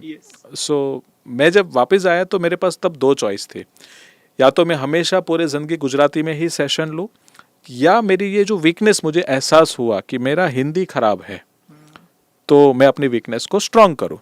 फिर मैंने वापस सवाल पूछा, मैं मेरा हिंदी कैसे अच्छा कर सकता हूँ? तो मुझे और आंसर मिला कि एक, हिंदी देखना शुरू करो, हिंदी बोलना शुरू करो, और अपने सराउंडिंग को हिंदी वाला कर दो, कि जो आपके दोस्त है वो अगर आपसे हिंदी में कम्युनिकेट करेंगे तो आप हिंदी अच्छा बोल पाओगे। तो मैंने उस समय पे एक इंग्लिश स्पीकिंग के क्लासेस ज्वाइन कर लिए। तो वहाँ पर भी क्या गुजराती तो अलाउड नहीं था, तो इंग्लिश हिंदी तो दोनों लैंग्वेज पे काम होना शुरू हो गया। मैंने कुछ ऐसे दोस्त बनाए जिनसे मैं केवल हिंदी में ही फ़ोन पे बात करूँ, तो मैं जानबूझ के उनको कॉल करता और आधा घंटा फ़ोन पे जस्ट एक नॉर्मल टॉकिंग्स मेरा हिंदी में शुरू हुआ। तीसरी चीज़ उस समय पर मैंने शुरू कर दिया कि मैं जो भी कंटेंट देखूं यूट्यूब पर या कोई भी, तो मैं वो हिंदी में ही सुनूंगा। अगर मैच का कमेंट्री, क्रिकेट देखना बड़ा पसंद था, तो वो कमेंट्री कंपलसरी हिंदी होगा। और मैं पहले ऐसे ही मैच देखता था, अब मैं मैच नहीं देखता था, मैं कमेंट्री सुनता था कि वो कैसे बात कर रहे हैं, उनका वे ऑफ टोन कैसा है। तो उनको देखना, उनके शब्दों को ध्यान से सुनना, और वो जब चीज़ें करना शुरू किया, और फिर एक मिरर प्रैक्टिस की, थोड़ी बहुत अपनी स्पीकिंग की प्रैक्टिस, बोलना शुरू किया, बस फिर तो कॉन्फिडेंस ही चाहिए होता है। 1-2 इवेंट किया तो वही वीकनेस हमारा स्ट्रेंथ बन गया। तो आपकी जो भी वीकनेस निकलेगी आप निकालेंगे कि मेरा कम्युनिकेशन खराब हो, मेरा मैथ्स थोड़ा वीक है, या मेरा साइंस थोड़ा वीक है, जो भी आपके सब्जेक्ट में आप जहाँ पर भी वीक आप अपने आप को देखते हो, बस लिखो, और उस वीकनेस को फिर कैसे स्ट्रेंथ में तब्दील करना वो भी प्रिपेयर होते जाओ। तो बेसिकली मेरा ऐसा मानना है, टीनेज जो है आपकी वीकनेस को आपकी स्ट्रेंथ में बदलने की एज है, और उस समय पर आपको काम करना है अपने आप पर। आपके एकेडमिक्स में तो काम करना ही है, आपके लाइफ स्किल्स में भी काम करना है। और जब मैं ये कहता हूँ काफ़ी बच्चों से, काफ़ी पेरेंट्स से, पेरेंट्स क्या कहते हैं पता है? पर सर इसके पास टाइम ही नहीं है। टाइम नहीं है तो टाइम तो सबके पास है, बट गलत जगह वो जा रहा है, उनको पता नहीं है। टाइम कहाँ जा रहा है? सोशल मीडिया में, वीडियो गेम्स खेलने में, गोसिपिंग करने में। तो एवरी स्टूडेंट्स ये 3 चीज़ें स्टॉप करनी पड़ेगी। और एक चीज़ है, बच्चे जो है ना जब स्कूल में जाते हैं, स्कूल में जाते वक्त उनका माइंडसेट क्या है पता है? आजकल के बच्चों का, पहले ये नहीं होता था, आजकल के बच्चों का, स्कूल में कहाँ पढ़ाते हैं? स्कूल में पढ़ाई नहीं होती। मतलब मुझे आज भी समझ में नहीं आया, तो जब वो क्लासरूम में टीचर पढ़ा रहे, टीचर बच्चे देख रहे हैं, उनको देख रहे, उधर क्या हो रहा है मुझे आज भी नहीं समझ में आया। स्कूल की फीस ज़्यादा है, पेरेंट्स तो बच्चों को स्कूल भेज ही रहे, और मज़ेदार बात यह है कि बच्चे के माइंड में ये है कि स्कूल में कहाँ पढ़ाई होती है, पढ़ाई तो ट्यूशन्स में होती है। अब वो बच्चा स्कूल में 6 घंटा दिया, फिर 3 घंटे ट्यूशन को, नॉर्मल 2 से 3 घंटा, फिर वो होमवर्क करता है, तो उसके पास पढ़ाई के लिए टाइम नहीं है, तो लाइफ स्किल डेवलप करने के लिए टाइम कहाँ से निकालेगा? तो मेरा आंसर ये है, पहले तो ये गलतफहमी निकाल दो कि स्कूल में पढ़ाई नहीं होती। मैंने कोई ऐसा स्कूल आज तक नहीं देखा कि कोई टीचर नहीं देखा कि उसको जब कोई पूछे ना कि सर मुझे ये चीज़ नहीं समझ में है, मुझे आप सिखाइए, कोई टीचर मना नहीं करता है। बट ट्यूशन टीचर्स ने या कोचिंग एकेडमीज़ ने आपका ब्रेन वॉश ऐसा कर दिया है कि स्कूल में पढ़ाई नहीं होती, ट्यूशन में ही होती है। पहले कैसा था कि जो सब्जेक्ट में आप वीक हो उसी का ट्यूशन रखते थे, और वो भी 8, 9, 10th में। आज ऐसा है सर, 1st स्टैंडर्ड का बच्चा भी ट्यूशन जाता है। Can you believe, first standard का बच्चे को आप ट्यूशन में भेज रहे हो ये कहते हुए सर उसका बेस पक्का बनेगा। केवल एकेडमिक्स को ही आप फोकस कर रहे हो तो लाइफ स्किल डेवलप नहीं होगी। तो मेरा सजेशन हर एक पेरेंट से ये होता है कि बच्चे को सेल्फ स्टडी ओरिएंटेड बनाओ, खुद समझ जाए, जब उसकी क्लैरिटी हो, जब उसका माइंडसेट क्लियर हो गया तो स्कूल में जब वो जाएगा ना वो अटेंशन के साथ बैठे कि भाई मैं यहाँ पर पढ़ने आया हूँ, जो टीचर सिखाएंगे वो मुझे पढ़ना है, मुझे प्रिपेयर करना है, मुझे परफॉर्म करना है, दैट्स इट। फिर जब वो घर पे आ जाए, स्कूल में जो पढ़ाया उसका होमवर्क किया, खुद रीडिंग किया, हो गया उसका प्रिपरेशन। अगर उसमें भी स्पीड रीडिंग है तो टाइम बचा, वो टाइम लाइफ स्किल्स को डेवलप करने में वो दे सकता है। ट्यूशन में जो टाइम जा रहा है ना वो सबसे बड़ा टाइम केवल एकेडमिक्स को डेवलप करने जा रहा है। और मैं आपसे एक सवाल पूछता हूँ सर, मान लो बच्चा स्कूल में गया, महंगे से महंगा स्कूल, अच्छे से अच्छे टीचर्स, केवल स्कूल गया, फिर वो कुछ नहीं करता, क्या वो 90% लाएगा? अगर पढ़े तो ला सकता है, अदरवाइज स्कूल गया है केवल, केवल जब नॉलेज जो टीचर ने दिया बस वो उसने लिया। अगर ठीक से लिया है तो कर सकता है, अदरवाइज नहीं। बट मे बी उसके बाद भी तो उसको रिवीजन और वो सब करना पड़ेगा, वो तो सब वो नहीं कर रहा है, जस्ट वो बस क्लास में जाके बैठ रहा है, तो इजीली पास हो जाएगा। 40-50 के आसपास वो, क्योंकि वो नॉलेज है दिमाग में, वो एग्जाम हॉल में लिख के आएगा। सेम वे वो बच्चा ट्यूशन में भी गया, अब वो ट्यूशन में जाकर पढ़ेगा केवल, तो क्या उसका 90 आ जाएगा? नहीं आएगा। आएगा कब? वो जब खुद किताबों को लेकर बैठेगा, प्रैक्टिस करेगा। मैथ्स सीखने से नहीं, प्रैक्टिस करने से आएगा ना। साइंस की जो आंसर्स है उसको लर्न करेगा, समझेगा, फिर लर्न करेगा तो उसको आएगा। फिर चलो लर्न भी कर दिया आपने, सब कुछ आ रहा है, बट प्रैक्टिस नहीं किया है लिखने का, एग्जाम में कैसे लिखना, तो क्या वो स्कोर कर पाएगा? नहीं कर पाएगा। द थिंग इज कि आज जो एक पैटर्न फॉलो हो रहे हैं ना, school, tuition, homework, then preparation का टाइम नहीं है। आज आपको पता है एक क्रिकेटर भी इतना अच्छा खेलता है ना, 300 मैच, फिर भी 4 घंटा नेट प्रैक्टिस में पसीना बहाता है। वो कोई ट्यूशन क्लास पे नहीं जाता, उसका कोच है, वो देखता है, राइट? बच्चे को स्कूल भेजो, बट यंग एज से ये माइंडसेट डालो सेल्फ स्टडी का। अगर सेल्फ स्टडी बच्चे ने सीख लिया कैसे करना, तो क्या होगा? ट्यूशन की जरूरत ही नहीं है। तो जब वो टाइम बचेगा वो आप यूटिलाइज करेंगे लाइफ स्किल्स के लिए, और वो तो बहुत इंपॉर्टेंट है। और आज के समय का बड़ा इश्यू यहाँ पर है कि वहां पर टाइम नहीं है, क्योंकि बच्चे का रीडिंग स्पीड कम है तो उनको ऐसा लगता है इसको पढ़ना नहीं आता, उसका राइटिंग स्पीड कम है तो उसका एग्जाम हॉल में प्रिपरेशन अच्छे से वो आंसर लिख नहीं पाता।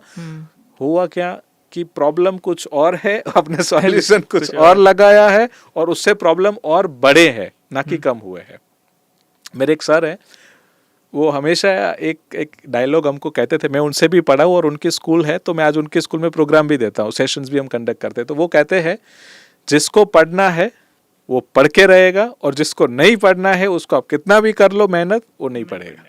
तो बेसिकली इट्स ऑल अबाउट, वो कहना ये चाहते हैं साइकोलॉजी, कि अगर बच्चों को साइकोलॉजिकली स्ट्रांग कर दे और वो खुद क्यों पढ़ रहा है वो उसको समझ में आ जाएगा ना, फिर कहना नहीं पड़ेगा। फॉर एग्जाम्पल, जो इंसान बिजनेसमैन है या जॉब करता है तो वो अपने आप सुबह उठ के चले जाएगा, क्योंकि उसको पता है अगर मैं नहीं जाऊंगा तो मेरा सैलरी कट होगा, राइट? तो वो उसको समझ है। बच्चों को तो पता ही नहीं है ना हम स्कूल क्यों जा रहे हैं। तो जब वो वाई क्लियर हो जाएगा, ये स्किल्स डेवलप हो जाएगी, एकेडमिकल, रीडिंग, राइटिंग, मेमोराइजिंग, और सेल्फ स्टडी का माइंडसेट डेवलप हो जाएगा, गोल सेट है उसका, उसको पता है अब मुझे स्कूल क्यों जाना है। अभी तक तो पता ही नहीं था, जब पता चल गया तो एकेडमिक्स तो अपने आप सॉल्व हो गया, अब वो आ गया लाइफ के ऊपर। और मजेदार बात ये है, जितने बच्चे लाइफ स्किल्स के ऊपर काम करना शुरू कर देते हैं, हमने ये ऑब्जर्व किया है, उसके लिए उसका एकेडमिक्स और भी आसान बन जाता है, क्योंकि ब्रेन के काफी ऐसे पार्ट्स है ना, वो ग्रो करना शुरू कर गए, डेवलप करना शुरू कर गए, तो एकेडमिक्स और इजी बन गया।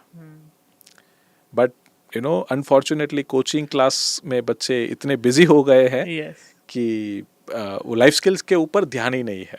और बहुत सारे स्किल्स है, हर साल में एक स्किल भी सीख लिया तो भी 8 साल में वो 8 स्किल्स को मास्टर कर सकते, और वो बस सीखना है और उसको मास्टर करना है। और जितनी कम एज पर सीखेंगे, पैसे कमाएंगे, तो उसको वापस कहीं पे इन्वेस्ट करेंगे, तो इन्वेस्टिंग भी तो एक स्किल है। और ये आने वाले समय के हिसाब से अभी से सीखना बहुत जरूरी है। तो सर अभी लेट्स टॉक अबाउट रीडिंग। तो आपने कहा कि एवरेज जो स्पीड है दैट इज 300 वर्ड्स पर मिनट, Minute. राइट? तो जो स्पीड रीडिंग सीख के एक बच्चा what is the optimal level? Because मुझे उससे एक स्टोरी, आपने वॉरेन बफेट का नाम लिया तो मुझे एक इंसिडेंट याद आया। ही शेयर्ड समवेयर के बिल गेट्स के पापा, उन्होंने बिल गेट्स और वॉरेन बफेट को डिफरेंट टाइम में पूछा था कि अगर आपके पास एक सुपर पावर होती तो वो कौन सी होती?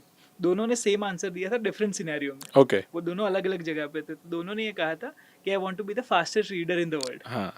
कि मुझे दुनिया का सबसे फास्टेस्ट रीडर बनना है। वॉरेन बफेट तो वो बंदा तो पूरा दिन 8 घंटे में से ऑलमोस्ट मेजॉरिटी टाइम उनका रीडिंग में जाता है। ट्रू। एंड अगर काफी लोगों को ना पता हो, बिल गेट्स का अलग वेबसाइट है जहाँ पे ही शेयर्स कि वो कौन सी बुक्स पढ़ रहे हैं, और ही टेक्स 15 दिन का वैकेशन हर साल जहाँ पे वो सिर्फ रीडिंग करता है। So reading is important.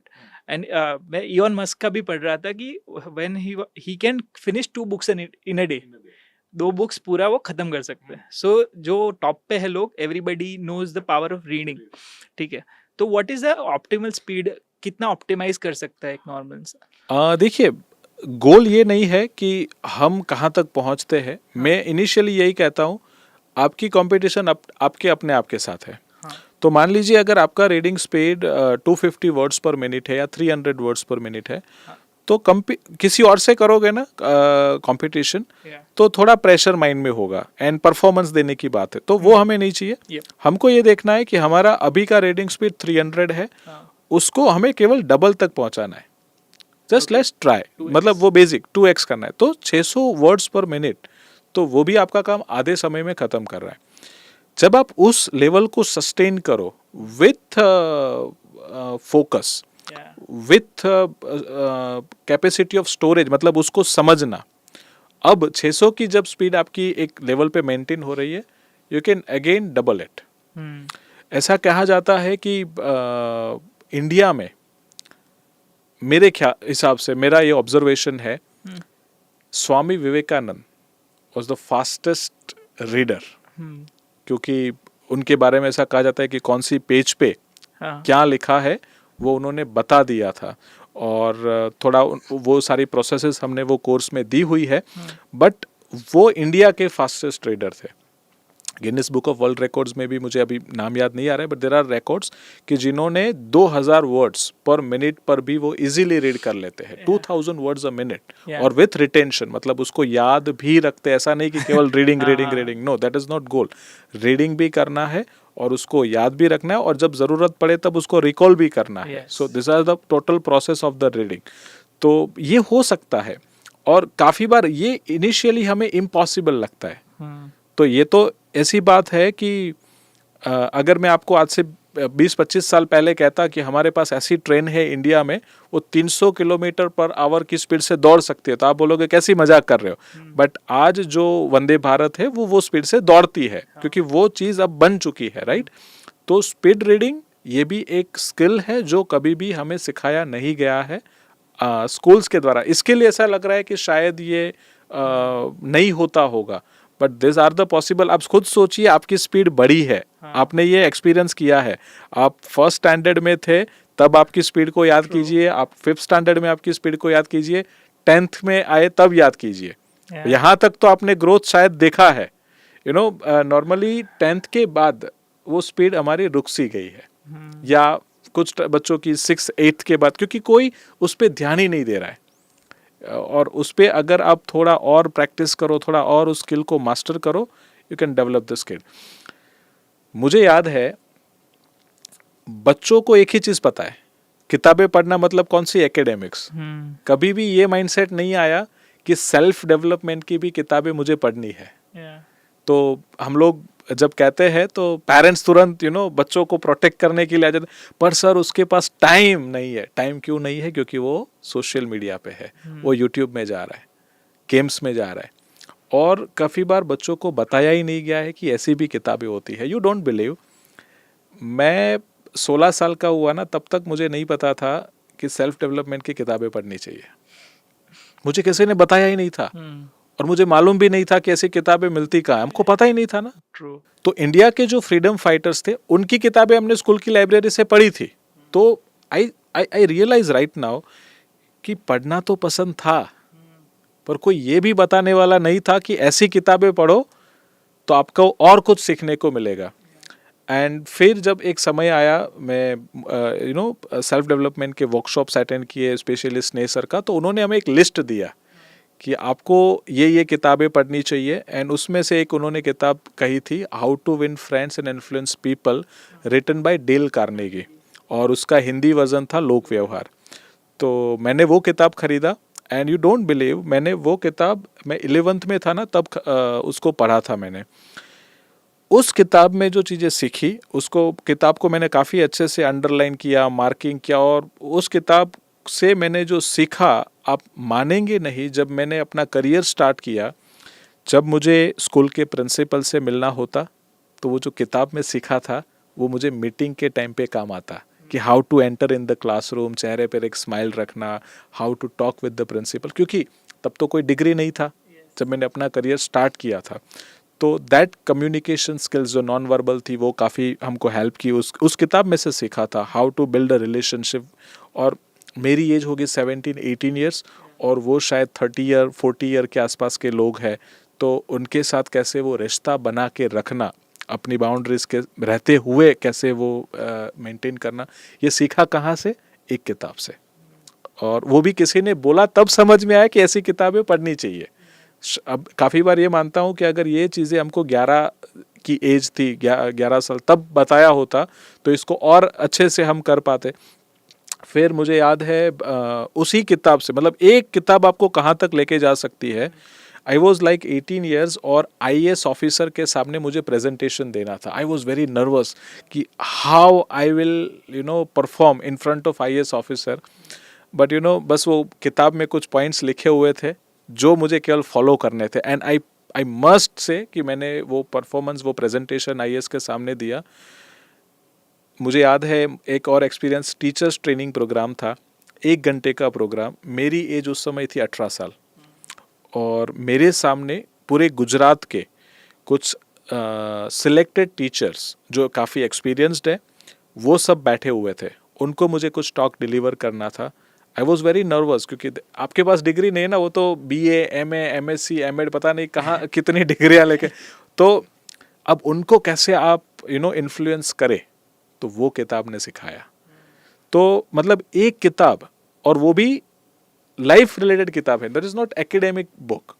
तो वो एकेडमिक के साथ साथ ये सारी चीज़ें भी डेवलप करना बहुत ज़्यादा ज़रूरी है। और आज भी मैं जो भी यंगस्टर से मिलता हूँ, मैं हमेशा उनसे ये पहला बुक मैं ये शेयर करता हूँ कि ये बुक आपको पढ़ना है। आज काफ़ी स्टूडेंट्स, उनके पास डिग्री तो है, बट स्किल नहीं है रिश्ते बनाने की। जैसे आज कोई डॉक्टर है, बट उसको ये नहीं पता पेशेंट के साथ कैसे बातचीत करना, और अगर वो आ गया तो पेशेंट आधा तो उधर ही ठीक हो जाता है। तो दिस हाउ ये किताब से सीखा। और ऐसी तो कितनी किताबें हैं। कोई इंसान का 80 साल का अनुभव आपको एक किताब में मिलता है, और एक किताब आप एक वीक में तो इजीली ख़त्म कर सकते हैं। तो this is the beauty of reading books. But कोई भी स्टूडेंट को ये नहीं बताया जाता कि you can start reading self development books. तो थोड़ा उसके ऊपर अवेयरनेस बच्चों को भी तो लानी है अपने हिसाब से, जब वो वीडियो देख रहे हैं। बट पेरेंट्स को भी कोशिश करनी है कि वो भी पढ़े, बच्चों को भी पढ़वाए, और बुक शेयर कर सकते हैं। मतलब मैंने अपने लिए किताब लाई हो, कोई लेके गया हो, किसी को मैंने गिफ्ट कर दी हो, वापस मैं नई किताब लाता हूँ, सेम घर पे रखता हूँ, कोई आया मैं गिफ्ट कर देता हूँ। बुके देने से बेहतर है आप एक बुक गिफ्ट कर दो, और उससे उनकी लाइफ कहाँ ट्रांसफ़र होगी पता नहीं। मेरा एक दोस्त है, तो वो पंडित जी है, मतलब उनको पंडित बोलता हूँ, तो वो उसका वो काम है। बट ये किताब उसने यूज़ करके आज जो भी वो अपना बिजनेस करते हैं पंडित जी का, उसमें उन्होंने काफ़ी अच्छा ग्रोथ लिया, बस by just reading this book. क्योंकि वो चीज़ें हैं, सीखते हैं, स्किल्स है लाइफ के रिलेटेड, और वो उनको ग्रो करने में काम आती है। ओके, इफ यू लाइक, आपने इतनी बुक्स पढ़ी है, if you have to recommend, what are your 3 favourite ones? पहला तो मैंने आपको बता दिया लोक व्यवहार, कि जो लोक व्यवहार है, this was my favourite book. दूसरा बुक उसी समय मैंने पढ़ा था, रॉबर्ट कियोसाकी का rich dad cash flow quadrant. Okay. लोग कहते हैं rich dad poor dad, but मैंने जो पढ़ा था, और मुझे मेरा one of the favourite book में वो है। और जब भी मैंने वहाँ पर वो कंसेप्ट समझा था, वो ESBI वाला, हाँ, आई वॉज अमेज। यार ये नॉलेज तो हमें किसी ने सिखाया ही नहीं लाइफ में। true. तो that was my second favourite book कि जो मैंने मतलब एक्सपीरियंस किया। आज भी मैं मतलब कोई भी प्रोग्राम डिज़ाइन भी करता हूँ मेरा, उस मैंने जो अभी रियल एस्टेट का बुक लिखा उसमें से भी मैंने उनका वो रिसोर्स दिया कि दिस द थिंग जिसके ऊपर काम करने की ज़रूरत है। तो that was my second favourite book. तीसरा बुक एक है जो मैंने कुछ टाइम के बाद पढ़ा, छोटा बुक है, बहुत छोटा है, कर्मनो सिद्धांत, हीराबाई ठक्कर, गुजराती बुक है। बहुत ही मतलब भगवत गीता को मैं थोड़ा सीख रहा था। हाँ. और मैं ये चाहता था कि एक छोटा यंगस्टर बच्चा, स्टूडेंट भी उसको समझ पाए, इतनी इजी लैंग्वेज में लिखा हो ऐसे कुछ। तो वो किताब थी, बहुत छोटी किताब है, इतनी फेमस नहीं है, बट बहुत अच्छे से उन्होंने वो किताब में कुछ चीज़ें मेंशन की है। So this are like 3 books. और मैं इतनी पतली किताब से शुरू किया था, बाद में जब रीडिंग किया पहले तो मोटी ख़त्म की, फिर वो छोटी छोटी किताबें भी मैं लेके आता जहाँ से आप आई मीन 1 घंटे में ख़त्म कर लो। तो जैसे जैसे आप किताबें ख़त्म करते जाओगे, और मज़ेदार बात यह है किताब की, रीडिंग कर लिया तब तो कुछ इस्तेमाल कभी करना नहीं है। वो किताब आपको तब काम आती है जब आप कोई परिस्थिति में फंसते हैं, और तब वो नॉलेज वो सडनली स्ट्राइक होता है एंड वो आपको वहाँ से बाहर निकाल के आता है। तो वो एक मज़ा है उस चीज़ का। That what I feel. Sir जब मेरा भी रीडिंग का जर्नी वैसे ही शुरू हुआ था, आई अटेंडेड स्नेसर का प्रोग्राम, उनका फ्री प्रोग्राम। उस वक्त आई डिड नॉट, मेरे पास पैसे नहीं थे आगे के, तो मैंने उनका मिलियनर मैट्रिक्स का जो CD था, तो आई बॉट इट। तो उस CD में मुझे एक ही चीज़ याद थी कि when you buy a book, आप बुक नहीं खरीद रहे, आप एक बंदे का पूरी लाइफ का एक्सपीरियंस खरीद रहे हो 500 रुपये में। बिल्कुल। And at that time I started reading, तो that was the case. And जैसे कहा ना, I even have one book my favourite, जिसको आई कैन से कि मेरे करियर का 90% कंट्रीब्यूशन जो है ग्रोथ में, that is book by Charlie Munger, which is a Warren Buffett's partner, poor Charlie's almanack. So that is the book I feel के that change my personal life. And I had the similar journey कि स्नेसर की वजह से कहीं ना कहीं I started reading. मेरे लाइफ में मुझे पता ही नहीं था कि रीडिंग करना चाहिए। When I go to memory workshop, sir अपनी स्टोरी बताते हैं कि मैंने इतनी यंग एज से किताबों को पढ़ना शुरू कर दिया। उस लाइक यार हमको तो किसी ने नहीं बोला कि ऐसे किताबें भी पढ़नी चाहिए यंग एज पे। सो TGB में वो इवेंट हुआ था, और तब मुझे ये रियलाइज़ हुआ कि एकेडमिक्स के साथ साथ हमें और भी कुछ चीज़ें हैं लाइफ के रिलेटेड, वो सीखनी चाहिए। और उसमें भी एक एक्सपीरियंस ऐसा, मतलब बुरा या जैसा भी आप समझो, मेरे पापा का फैक्ट्री था, तो I went to the factory, और पापा ने बोला बैंक में जाओ और ये चेक भर के आओ। मैं उधर गया, कुछ समझ में ही नहीं आ रहा है कि ये कहाँ सबमिट करना है। तो और उस समय पर मैं वापस आया, पापा को बोला मेरे को कुछ समझ में नहीं आया, चला तो गया था मैं, वापस आया। सो पापा बोला स्कूल में नहीं सिखाया? मैं बोला नहीं, ऐसा तो हमने साइन थीटा कॉस थीटा सीखा, साइंस में पढ़े थे, तो कॉमर्स का तो कुछ सीखने को नहीं मिला। तो पापा गए बैंक का, मुझे पूरा दिखाया, देखो इधर कैशियर है तो इधर कैश आप कर सकते हो। फिर चेक उनको दे दिया। फिर मैं जब वापस आया, पापा अपना काम कर रहे थे, मैं पता नहीं उस थॉट प्रोसेस में घुस गया, ऐसी तो कितनी चीज़ें हैं जो हमको कभी किसी ने सिखाई ही नहीं है। मतलब ये जब मुझे रियलाइज़ हुआ ना, आई स्टार्टेड कि और कौन सी वो स्किल्स है छोटी छोटी जो हमें सीखने की ज़रूरत है। और फिर रियलाइज़ हुआ, ओहो दुनिया तो बहुत बड़ी है भाई साहब, अभी तो हमने शुरुआत की है। तो बस फिर से हमने सीखना फोकसली शुरू किया। मैंने डिजिटल मार्केटिंग सीखना शुरू किया, मैंने वेबसाइट बनाना सीखना शुरू किया, फिर थोड़ा बहुत रियल एस्टेट को समझना शुरू किया। और जब भी कुछ नई चीज़ आती है ना, मैं कभी मना नहीं करता हूँ। एंड स्नेसर हमेशा कहते हैं कि जिनका ग्रोथ माइंडसेट है वो हमेशा लर्निंग के लिए तैयार रहते हैं। So we should always be prepared for the learning. Learning किताबों से हो सकती है, पेड कोर्सेज से हो सकती है, वीडियोस से हो सकती है।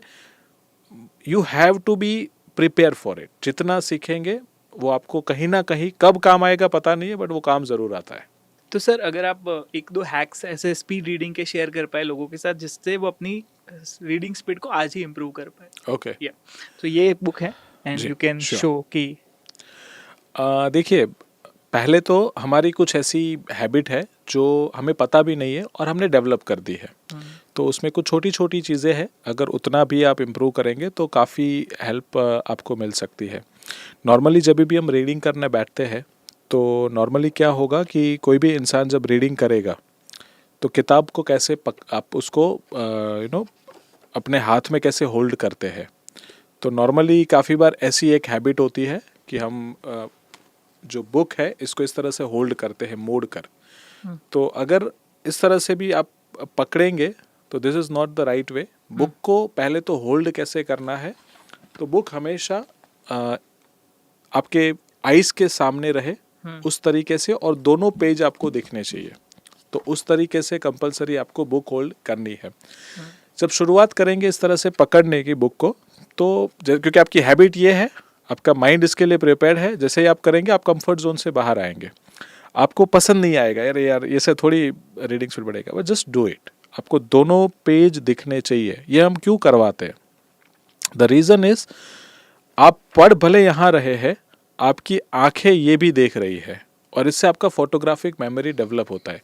स्टूडेंट्स काफ़ी बार ये एक्सपीरियंस करते हैं कि जब वो एग्ज़ाम हॉल में कोई चीज़ का आंसर लिख रहे होते हैं आंसर शीट के ऊपर, उनको फील होता है अरे यार ये तो मैंने पढ़ा था, ये पेज पर लिखा हुआ था और ऐसे मैंने वहाँ पे स्टार या कुछ अंडरलाइन किया था, एग्जैक्ट वो आपको दिख रहा होता है। तो ये कहते हैं फोटोग्राफिक मेमोरी।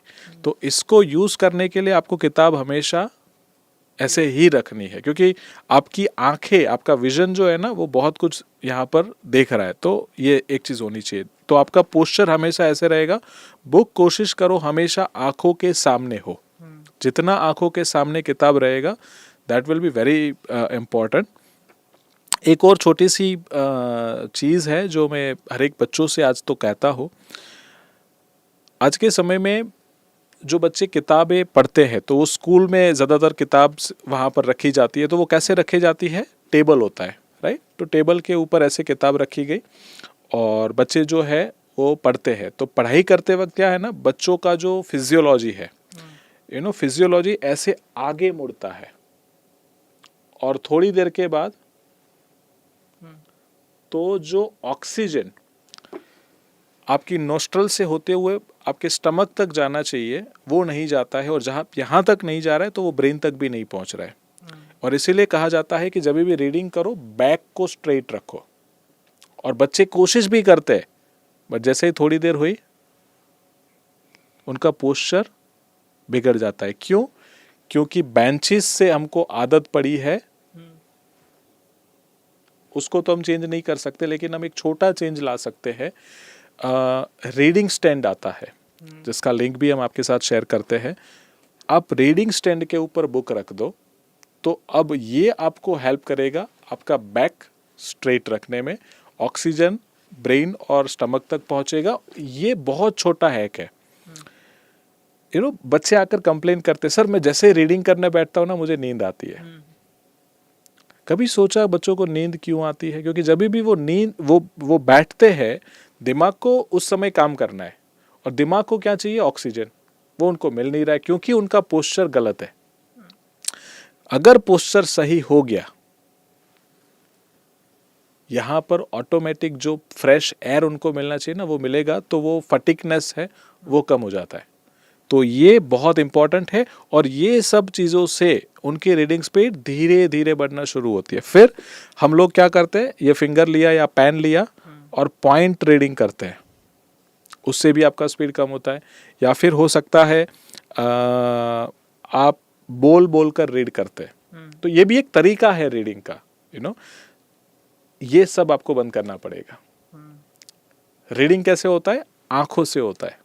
बस आंखों से रीडिंग कीजिए। इनिशियली थोड़ा मुश्किल लगेगा, बट आप एक कोशिश करना, आप अपना रीडिंग स्पीड जैसा नॉर्मल रीड जैसे भी आप करते हो ना, आप पढ़ो और ट्राई करो, रीड करो। जैसे आप बुक मोड़ के रीडिंग करते हो तो बुक मोड़ के रीडिंग करो। आप जैसे भी रीड बोल के रीडिंग करते हो नॉर्मली स्कूल में या आपको सिखाया वैसे गया, तो आप वैसे रीड करो। आपके वर्ड्स काउंट करो, 1 मिनट में कितने वर्ड्स पढ़े और कहीं पे लिखो।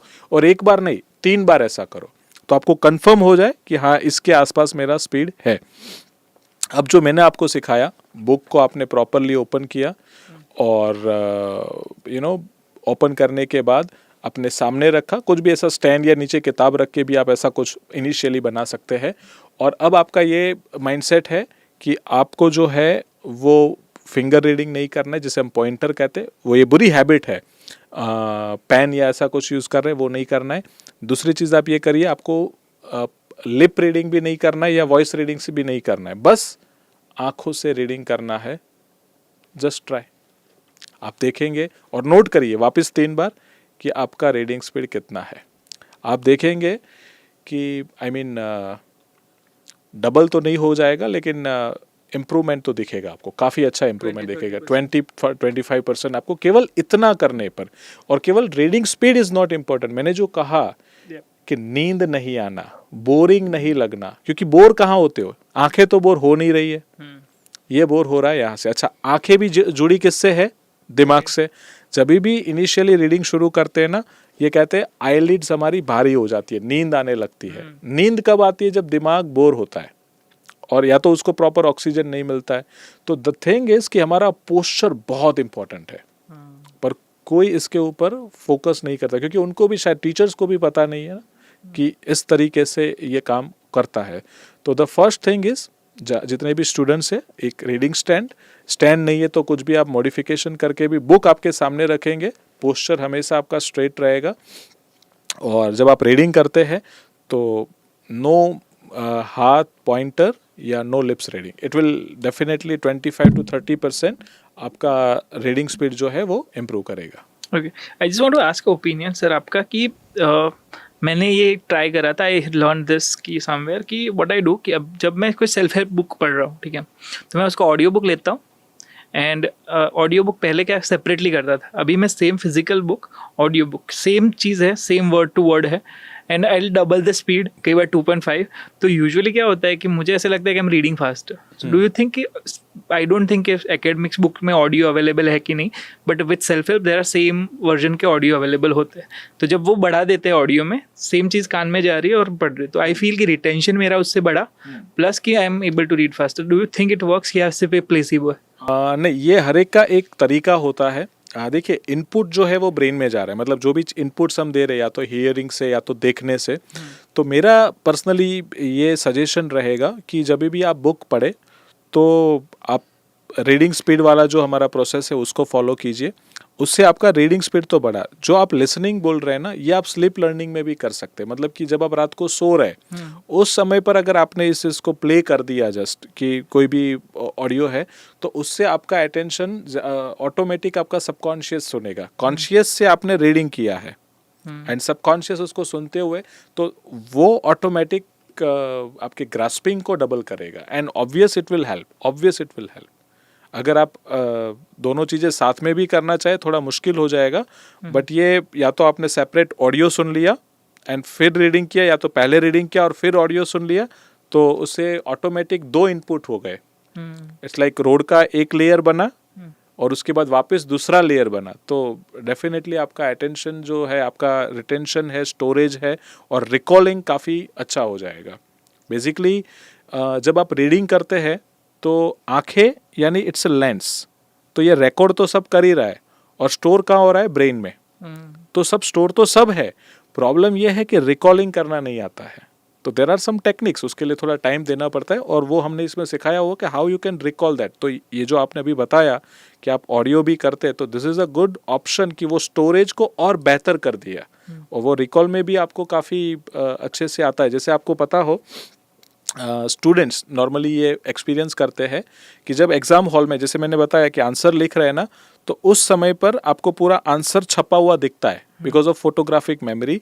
सेम वे काफ़ी बार कोई टीचर ने अगर कोई ड्रामेटाइजिंग किया है तो वो टोन भी याद आता है, अरे सर ने ऐसे बोला था इसको।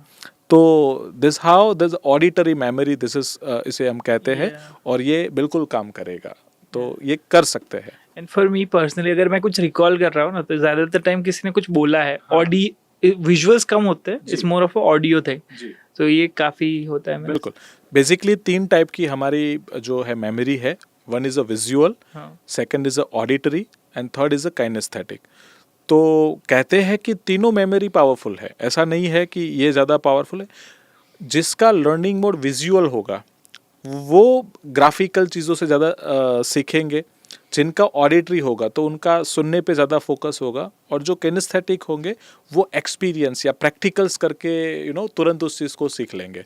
तो हमें ये डिफाइन करना चाहिए कि हमारा कौन सा लर्निंग पर्सनालिटी है, और उसके हिसाब से उसको थोड़ा ज़्यादा फोकस देंगे, और बाकी जो 2 सेंसेस है उसे थोड़ा सा मीडियम फोकस करके आप और लर्निंग के एक्सपीरियंस को एनहांस कर सकते हैं। So let's talk about memory. जैसे आपने कहा कि मेमोरी को डेवलप करना इज अ इम्पॉर्टेंट स्किल, जी। तो किस तरीके से, if you can give a simple hacks कि कोई इंसान अपनी मेमोरी को कैसे इंप्रूव कर सकता बिल्कुल बिल्कुल। देखिए, जैसे अभी हमारा डिस्कशन हुआ कि 3 टाइप की हमारी मेमोरी है, विजुअल, है? Auditory and kinaesthetic, right. अब होता क्या है कि लेट्स से कोई 10th स्टैंडर्ड का बच्चा है, जिसे मैथ्स के फॉर्मूलाज को याद करना है, तो वो मैथ्स के फॉर्मूला जो उसको काम आने वाले हैं, तो उसको याद करने के लिए वो बस टीचर ने तो एक ही चीज़ सिखाई है ना, 5-5 बार लिखो, वो याद हो जाएगा, फिर आप उसको कैसे यूज़ करना वो आप यूज़ करोगे। अब फॉर्मूलाज को याद करने के लिए 5-5 बार लिखना ही ऐसा ज़रूरी नहीं है। देर आर वेज, लाइक अगर आप देखिए, अगर आप विजुअल लर्नर है तो आप एक काम कर सकते हैं, आप एक बड़ा सा चार्ट पेपर ले लो, ठीक है। उस चार्ट पेपर पे कलरफुल पेन के साथ आप वो सारे फॉर्मूलाज को वहाँ पर लिख दीजिए एक बार। मतलब आजकल के टीचर्स पैम्पलेट्स देते हैं, कहीं ना कहीं से आपको सारे फॉर्मूलाज मिल जाएंगे। बड़े से चार्ट पेपर पे कलरफुल पेन के साथ उसको आपने लिख दिया। अगर आप विजुअल लर्नर है, एवरीडे मॉर्निंग उसको आपको केवल 3 बार अच्छे से देखना है। You have to just see it. आपको नहीं याद करने की कोशिश करनी, कुछ भी नहीं, जस्ट उसको देखना है। हाँ, पर सबके ऊपर आपकी आंखें घूमनी चाहिए। ऐसा नहीं कि केवल बस देख लिया, ऊपर ऊपर से नहीं, जस्ट देख लिया, मन में पढ़ते गए।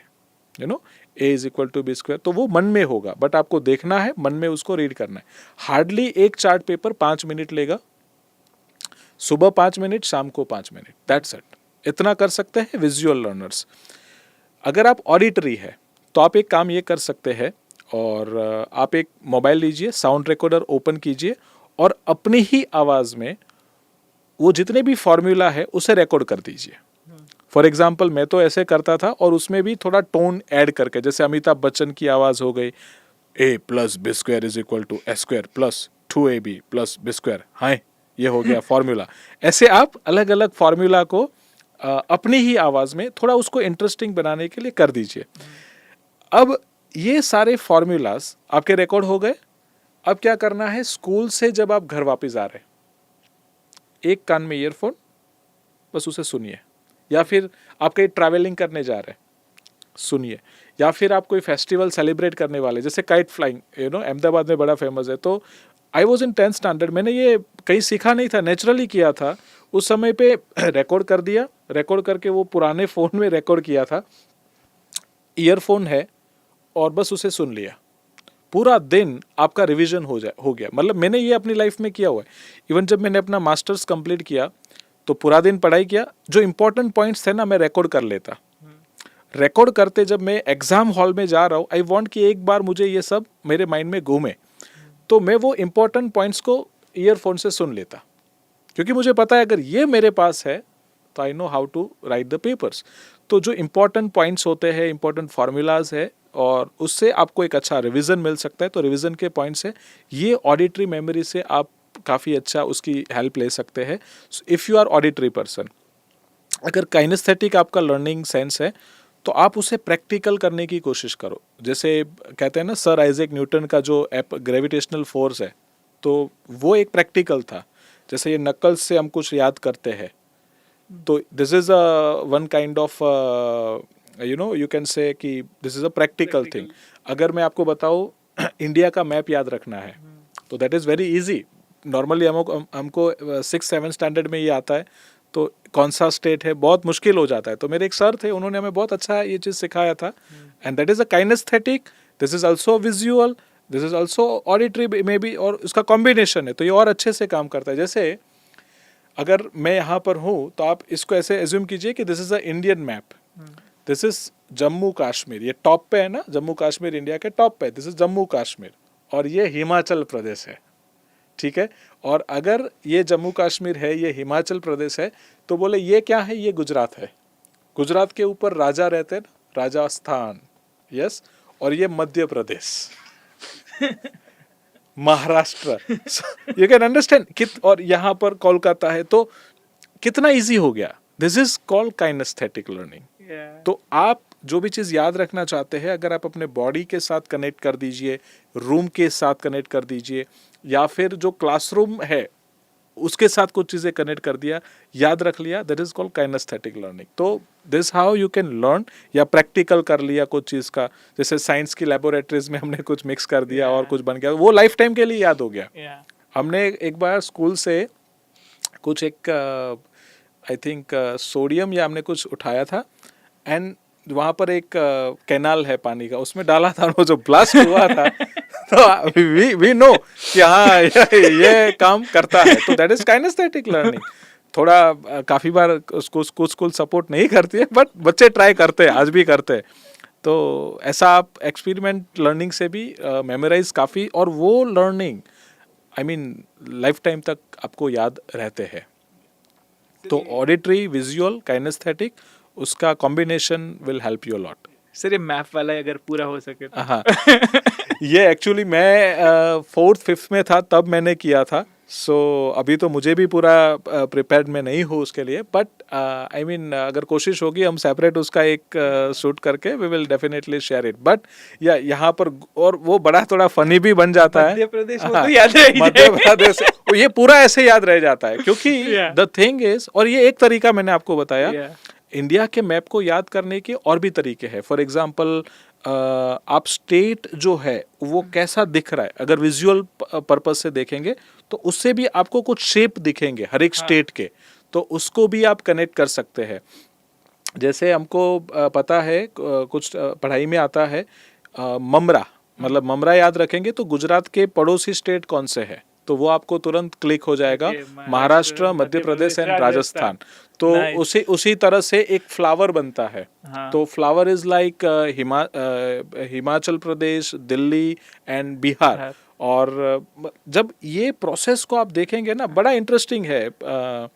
आई थिंक हैदराबाद या वहाँ पर भी एक ऐसा शेप बन रहा है. तो वो पूरा प्रोसेस है, and if you follow that, और आप देखेंगे अरे यार वो नक्शे को देखने का तरीका ही बदल गया, और फिर वो देख के ही आइडिया आ जाता है. और मज़ेदार बात ये हो जाती है, जब आप उसको देख रहे होते हैं ना, तो नॉर्मली बच्चे एग्जाम हॉल में स्ट्रेस हो जाते हैं, बट इस तरीके से जब आप याद रखते, आप स्माइल करते करते आंसर करते, एंड जब ये आप स्माइलिंग फेस पे हो, स्ट्रेस नहीं है, रिकॉलिंग और बढ़ जाता है. रिकॉलिंग बढ़ गया तो आपका स्कोरिंग तो होना ही होना है. ये ममरा मैं नहीं भूलने.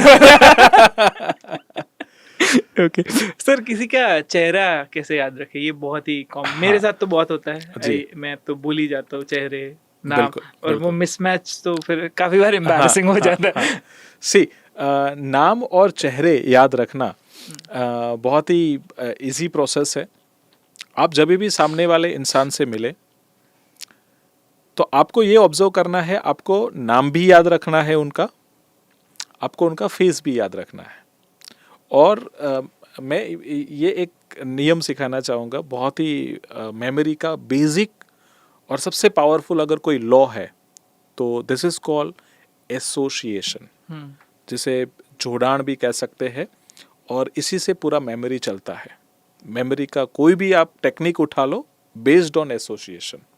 अभी मान लीजिए आपको नाम और चेहरे याद रखने हैं, तो पहले वो जो नाम है, उस नाम 2 प्रकार के होंगे, या तो नेम विद द मीनिंग्स और नेम विदाउट मीनिंग. तो अगर कोई मीनिंग के साथ है तो आपको उसको उस तरह से विजुलाइज करना पड़ेगा, और नेम विदाउट मीनिंग है तो आपको उसमें से कुछ मीनिंग निकालना पड़ेगा. ठीक है. एक और काम करिए, जो फेस है तो सामने वाले का फेस सर्कल में होगा, राइट, या फिर ट्रायंगल होगा. उनकी आइज़ कैसी है, उनकी हेयर स्टाइल कैसी है, उनकी बियर्ड है या नहीं है, उनका ड्रेसिंग कैसा है, वो भी आपको देखना है, या फिर पूरा बॉडी भी देख सकते हैं आप, यू नो, उसको ऑब्जर्व करना है. तो जब भी किसी का नाम और चेहरा, जब आप पहली बार किसी से मिल रहे, तो हम नॉर्मली अगर उनको रिस्पेक्ट देते हैं तो आप, सर, ऐसा कुछ हम बोलेंगे. इंस्टेड आप पहली कोशिश ये करो, जब भी जैसे आप मुझे मिल रहे, तो आप जब भी मुझे मिलेंगे, बात करेंगे, तो आप पहले तो मेरा नाम पूछ लेंगे, और अगर नाम आपको पता है ना, तो आप कोशिश करेंगे रिपीटेडली आप मेरा नाम बोलते जाए। तो अभिजीत जी आप कहाँ रहते हैं, आप क्या करते हैं, अभिजीत जी आपको क्या खाना पसंद है, आपको अभिजीत नाम से में replace। आपको नाम से ही बोलना है। क्योंकि आप एक कुत्ते को भी उसके नाम से पुकारे तो वो पूंछ हिलाते हुए आता है। तो जब आप मुझे अपने नाम से और वो भी रिस्पेक्ट के साथ बुला रहे हैं ना, तो आई विल लव इट कि यार क्या बात है, कौमिन जी मुझे अपने नाम से बुला रहे हैं। तो आपको पहले तो मुझे मेरा नाम पूछ लेना है, नाम से ही बुलाना है। सेम वे उसी समय मेरे चेहरे को देखते जाना है। You have to just observe, और कुछ नहीं करना है कि सर का फॉरहेड कैसा है, सर के आईब्रोज कैसे है, सर के आईज कैसी है। जब आप ये थोड़ा ऑब्जर्व करते जाएंगे तो उसी समय पे नाम बोलते जाएंगे ना, तो दैट इज बिकमिंग एसोसिएशन, वो ब्रेन में बन रहा है, ऑटोमेटिक बनेगा। एंड तीसरी चीज करनी है जो हम नॉर्मली करते हैं। नॉर्मली जब हम किसी से मिलते हैं तो हम थोड़ा अपने ऊपर ज़्यादा ध्यान देते हैं। अरे यार मैं सही तरीके से बैठा हूँ, मेरा हेयर स्टाइल सही है, मेरा मेकअप सही होगा। इस पे फोकस नहीं करना है। जब सामने वाला बोल रहा है उनको सुनो, बस उनको देखो। तो जब ये चीज़ों में आप आ गए तो अपने ऊपर से ध्यान हट गया, और फिर मन में वही चल रहा है कि कौमिन जी है, अच्छा उनका फेस ऐसा है, उनके हेयर स्टाइल ऐसी है, वो दिमाग में ऑटोमेटिक फिट हो जाएगा। बट अगर आप अपने ही विचारों में बिजी रहे और इनको मैं ये भी बता दूं, तो आपका ध्यान नाम से चले जाएगा। तो कुछ लोग तो गॉड गिफ्टेड है, उनको तो ऐसे ही नाम याद रह जाते, बट जिनको नहीं है God gift, they can use this technique के इस तरह से। और जब मैं चले जाऊं, मतलब कि हमारी मीटिंग हो गई, मैं कहीं चले गया, उसके बाद आपको आंखें बंद करनी है, मेरा चेहरा जो है वो विजुअलाइज करना है, मेरा नाम है उसके साथ उसको जोड़ना है। जैसे for example my name is Abhijeet, तो आप मेरा चेहरा विजुअलाइज करोगे और विजुअलाइज कर सकते हो ये अभी जीतता है, अभी जीतता है।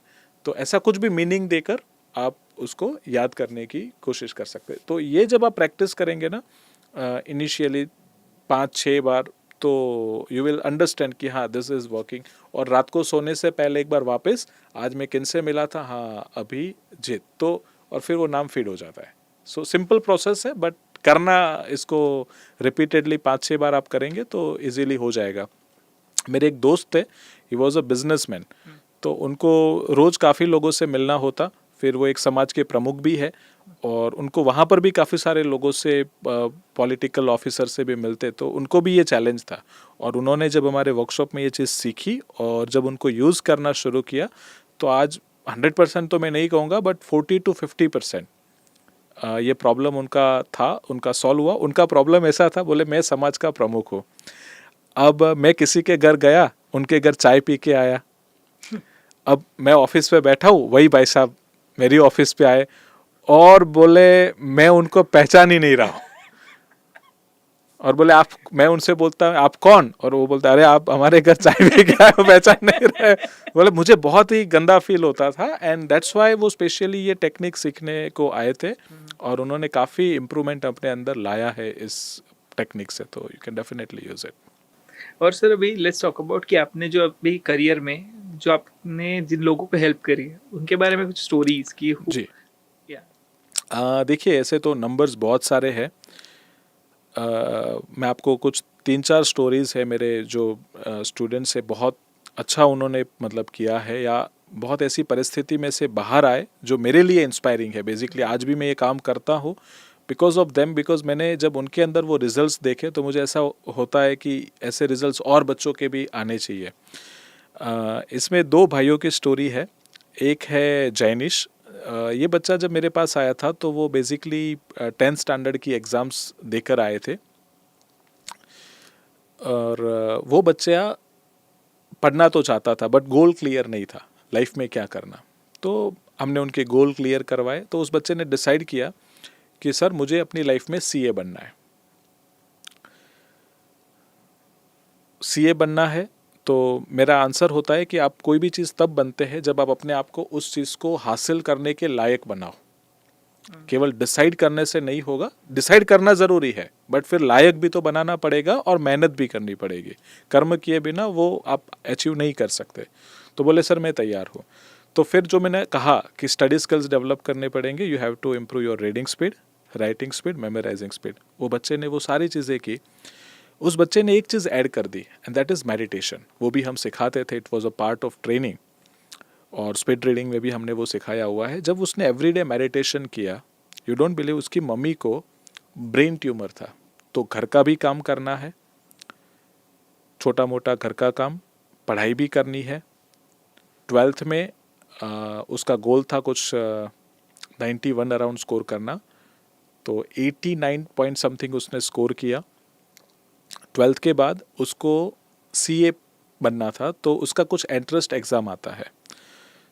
वो एग्ज़ाम नॉर्मली लोग 3 या 4 ट्रायल या 2 ट्रायल पे पास करते हैं। जब गोल है, पॉजिटिव एटीट्यूड है, समझदारी है कि मुझे ये करना है, मेरा गोल है, पहली ट्रायल में वो एग्ज़ाम पास। चलो एंट्रेंस एग्ज़ाम पास हो गया, वो तो ठीक है, अब तो CA बनना है, जर्नी यहाँ तो शुरू हुई उसके लिए। यू डोंट बिलीव, आजकल नॉर्मल कॉलेज में लोग पढ़ाई करने जाते हैं, फर्स्ट सेकंड एग्ज़ाम में AT-KT या प्रॉपर तरीके से पास नहीं होना, वो होता है बच्चों के साथ। उस बच्चे ने CA की हर एक एग्ज़ाम्स को फर्स्ट ट्रायल के साथ पास किया। आज वो बच्चा CA है। एंड जब वो मेरे वर्कशॉप में थे ना, तो मैं एक चीज़ बोलता था कि जैनिस, जब तुम बड़े हो जाओगे तो मेरा अकाउंटिंग तुम देखना, मतलब आप CA बनोगे तो ऑब्वियस है कि मेरे को टेंशन नहीं है। लास्ट ईयर की बात है कि जब मुझे कुछ अपना अकाउंटिंग करना था और मेरे पास कोई ऐसा लीड नहीं आ रहा था, तुरंत मुझे वो क्लिक हुआ। मैंने जैनिश को फ़ोन किया एंड मैं बोला मेरा ऐसा हिसाब किताब करना है। बोले सर आपको याद है आपने वर्कशॉप में बोला था कि जब आप बड़े हो जाएंगे, और 2011 में वो बच्चा 10th में था, आज वो CA है, प्रैक्टिस कर रहा है और काफ़ी अच्छे से वो काम कर रहा है। सो वो जो भी उसने गोल सेट किए, जो प्रोसेसेस हम सिखाते हैं वो फॉलो की, तो ये रिजल्ट उससे मिलते हैं। This was the one. एक और एग्जांपल है दिव्यानिबा चुड़ासमा। जब ये लड़की मेरे पास आई थी 2014 में, 10th कंप्लीट किया था, she was brilliant student, but अब ये था कि यहाँ से आगे की जर्नी कैसे होगी, क्योंकि अब वो छोटे शहर से आते थे, दोराजे से, क्योंकि उनको बनना था डॉक्टर, क्योंकि उनके बड़े भाई डॉक्टर थे, वो पढ़ाई कर रहे थे मेडिकल का। आप मानेंगे नहीं, वो लड़की आकर कहती है सर मुझे डॉक्टर तो बनना है, but I have some in my mind. मैं बोला क्या है? मुझे ऐसा डॉक्टर बनना है जहाँ पर मेरे पिता का पैसा ज़्यादा खर्च नहीं हो। बोला ओके। दूसरा, मैं अपने दम पे डॉक्टर बनूं, मेरे पापा के ऊपर कोई भी, क्योंकि आज पता है कि डोनेशंस फीस ज़्यादा है, तो मुझे ऐसा कुछ मिला तो उसके लिए मेहनत करनी पड़ेगी, मेरिट लाना पड़ेगा।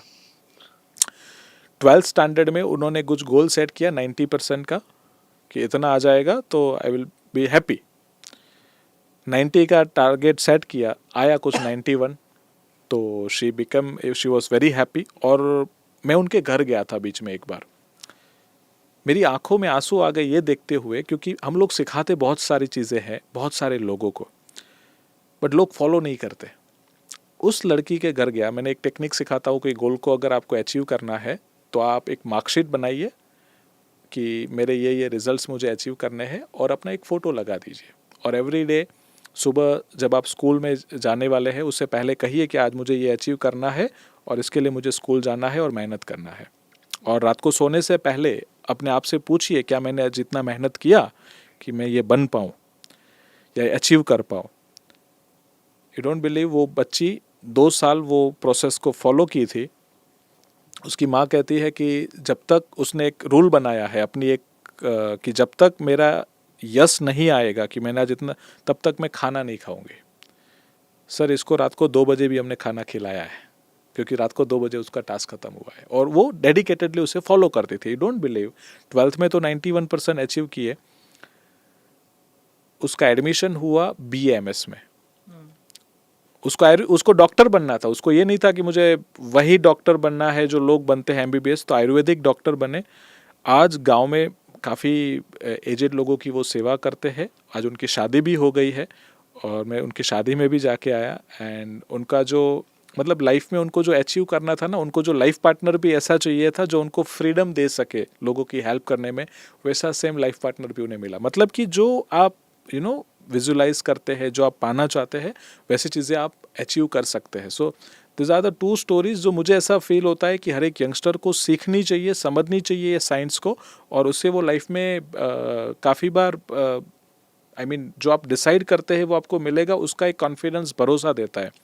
देयर वाज वन स्टूडेंट जो जैनिश की बात किया, उसका ही भाई, उसके पापा आकर कहते सर जैनिश तो पढ़ने में होशियार था, उसका तो स्कोर आ जाएगा। इसका छोटा भाई है वत्सल, इसकी लाइफ बनाओ तो मैं आपको मानूं। एंड आई वाज लाइक ठीक है, I can try my best. वो वर्कशॉप में आया एंड मैंने उसे पूछा कि क्या करना है आगे लाइफ में, ऐसे गोल की बातें, जो क्लैरिटी की बातें वही होती है। तो वो कहता है सर आप अपने को फॉरेन जाना है। मतलब फॉरेन मतलब कहाँ? तो बोले कनाडा। तो मैं ऐसे मजाक में उसको बोला और चैलेंज दे दिया। मैं बोला कनाडा के लिए पता है कुछ एग्ज़ाम देनी पड़ती है? तो बोले हाँ, वो IELTS और टॉफेल का प्रिपरेशन होता है।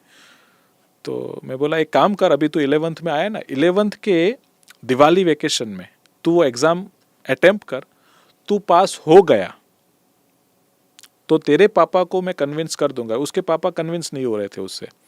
मैं बोला वो कन्विंस मैं कर दूंगा। वो बच्चे को जो चैलेंज दिया, यू डोंट बिलीव, उस बच्चे का फेसबुक में मार्कशीट के साथ फोटो आया मुझे, उसने भेजा सर IELTS पास। उसके पापा को मैंने फोन किया, आपका बच्चा सीरियस है। उनको ऐसा था कि ये लाइटली ले रहा है। तो आई वाज लाइक कि ये सीरियस है उसके गोल्स को लेकर, आप पैसों का बंदोबस्त करो। क्योंकि आपके पास टाइम है नहीं, अभी IELTS पास हो चुका है तो ये इजीली क्रैक करेगा। यू डोंट बिलीव 2020 में जब कोविड आया, कोविड से बाद उसी साल में, मतलब बच्चे जा नहीं पा रहे थे एग्ज़ाम्स देने के लिए क्योंकि रिस्ट्रिक्शंस थे। उस बच्चे ने अपना सब पास करके रखा हुआ था। वो जैसे ही उसका रिजल्ट आया वो सीधा कनाडा। और मज़ा तब आया मुझे, उसके पापा का फ़ोन आया 3-4 साल तीन साल नहीं, आई थिंक 2 साल के बाद, 2022 या 23 में मुझे कहते हैं कि अभिजीत भाई मैं अहमदाबाद में गांव से आया, मेरे को 10 साल लग गए मेरी पहली कार खरीदते हुए। वत्सल गया, हमको तो आशा भी नहीं थी कि एक लाइफ में क्या करेगा, वो क्वेश्चन मार्क था, but because of your mentoring 2 साल उसने कनाडा में अपने दम पे खुद का कार लिया है। और मतलब आई एम अमेज। और अभी 3 महीना पहले उसके फादर से मैं मिला, इट वाज लाइक अभी वो वहाँ पे कुछ प्रॉपर्टी भी बाय कर रहा है। तो बच्चे को सही डायरेक्शंस मिले, क्लैरिटी मिल जाए, सेल्फ स्टडी के लिए वो फोकस्ड हो जाए, तो उनके अंदर जो पॉसिबिलिटीज़ मुझे दिखती है ना, वो हर एक यंगस्टर्स में ऐसी ज़बरदस्त पॉसिबिलिटीज़ है। एंड एक आखिरी एग्जाम्पल मैं कहूँगा, you will be so amazed. मतलब मैंने कभी एक्सपेक्ट नहीं किया था कि ऐसा भी हो सकता है। 2011 की बैच में वो बच्चा आया था, भावेश दुदत नाम है सर। जब वो बच्चा आया, सबकी तरह हमने उनको ट्रेन किया और 1 साल के बाद मेरी कुछ ट्रेनिंग थी तो मैंने फ़ोन किया। ऑफलाइन ट्रेनिंग हम लोग कंडक्ट करते थे, तो मैं बोला आपको रिपीट करना है तो आप कर सकते हैं। तो उसके पापा ने फ़ोन उठाया तो बोले सर मेरा बच्चा नहीं आ सकता। मैं बोला क्यों नहीं आ सकता, आपको कोई तकलीफ़ है फाइनेंशियल तो हम कुछ एडजस्ट करें? तो बोले नहीं सर ऐसा नहीं है, वो जा रहा था स्कूल से घर और पीछे से आइसर मोटर जो बड़ा ट्रक आता है वो उसके ऊपर से चल गया, तो बड़ा एक्सीडेंट हुआ, उसको ड्रॉप लेना पड़ेगा एग्ज़ाम में। और डॉक्टर ने तो ऐसा बोला है कि ये चल भी नहीं पाएगा आगे लाइफ में, पूरा दोनों पैरों के ऊपर से ट्रक चले गए थे। तो अब ये हमारा स्टूडेंट था, तो मैं तो हर एक स्टूडेंट को मेरा एक फैमिली मेम्बर मानता हूँ। तो मैंने बोला आप मेरी बात करवाइए भावेश से। तो मैंने बोला मैं उनसे बात करना चाहूँगा। और उस ट्रेनिंग में हमने बहुत कुछ उनको सिखाया हुआ था।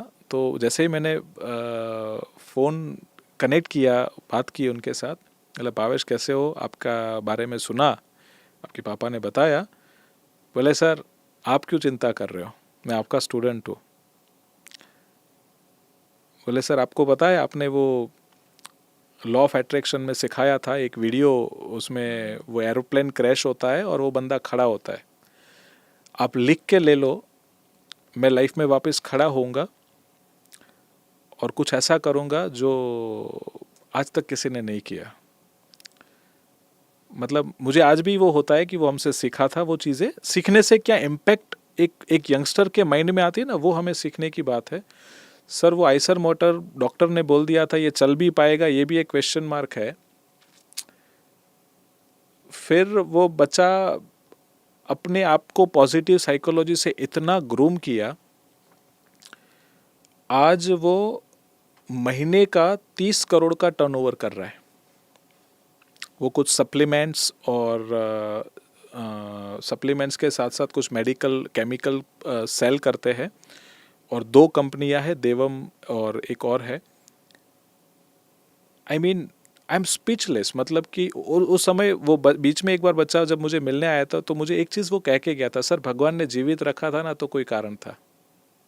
और बोले ये जो लॉ ऑफ अट्रैक्शन हम उनको सिखाते हैं उसमें एक ये पार्ट है पॉजिटिव साइकोलॉजी बिल्ड करने का, कि लाइफ में आप जो भी परिस्थिति आपके साथ हो रही है वो आपके हाथ में नहीं है, उसमें आप कैसा रिस्पॉन्स देते हैं वो आपके हाथ में है। तो हमेशा पॉजिटिव साइकोलॉजी को आपके पास बनाए रखना है। उस बच्चे ने वो बनाए रखा। यू डोंट बिलीव, जो बच्चा 12th में था उसके साथ ऐसा एक्सीडेंट हो गया, वो चाहता तो बुरा बुरा सोच सकता था, मेरे साथ ही क्यों, अब मैं लाइफ में क्या करूँगा, बट उसने पॉजिटिव रिस्पॉन्स दिया, अपनी एनर्जी से उसने लाइफ को पूरा ट्रांसफॉर्म किया। आज 1 महीने का सर 30 करोड़ किसे बोलते हैं। एंड उसके परिवार के लिए मुझे आज भी याद है, उसके जब फादर एडमिशन के लिए आए थे ना तो मुझे कह रहे थे, सर हमारे पास फीस की तकलीफ है, अगर आप थोड़ा कम कर पाए। एंड मेरे से जितना हो सकता था मैंने हेल्प भी किया था। बट वो जो बच्चे ने अपनी फैमिली में जो फाइनेंशियल फ्रीडम को अचीव किया, तो दिस आर द एग्जाम्पल्स जो एक यंगस्टर्स को काफ़ी कुछ सिखा सकते हैं। एंड मैं काफ़ी बार ये कहता हूँ कि हम लोग तो बस निमित्त बन रहे, कुदरत हमसे ये काम करवा रही है, एंड बस ये हो रहा है। ऐसे काफ़ी सारे एग्जाम्पल्स हैं, मतलब number of examples.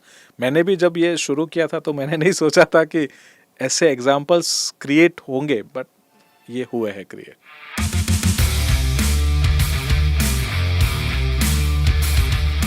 Okay sir, तो कुछ क्विक क्वेश्चन है, आप Okay. एक उस शॉर्ट में उसके आंसर दे सकते हैं।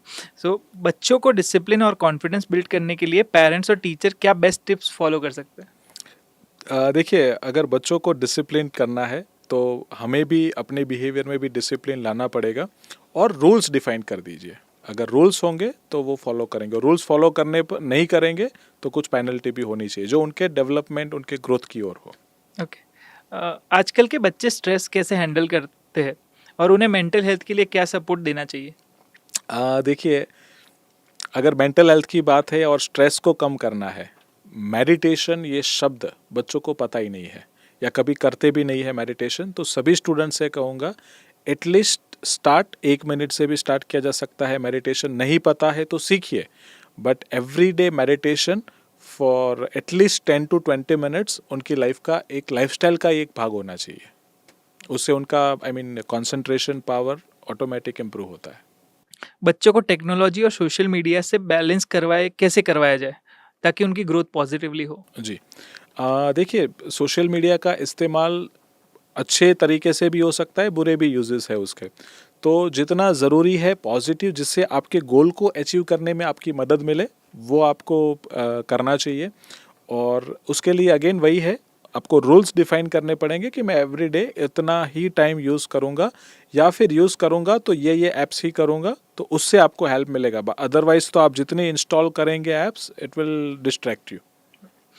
आज के सिनेरियो में सर, कि अगर किसी को अच्छा करियर डेवलप करना है किसी बच्चे को, तो कौन कौन से स्किल्स जो ज़रूरी है और वो कैसे अच्छी तरीके से उसको डेवलप कर सकते हैं? हाँ, अगर स्किल्स की बात करें तो पहले तो मैं कहूँगा कि पब्लिक स्पीकिंग स्किल्स है, कम्युनिकेशन स्किल्स है, सोशल मीडिया स्किल्स है, ये पहले होना चाहिए। उसके बाद बच्चे को इंटरेस्ट किस में है, उसके आधार से, अगर उसको इंजीनियर बनना है तो उनको ऑटोकैड का स्किल आप डेवलप करवाइए, या उस टाइप का कुछ स्किल हो गया।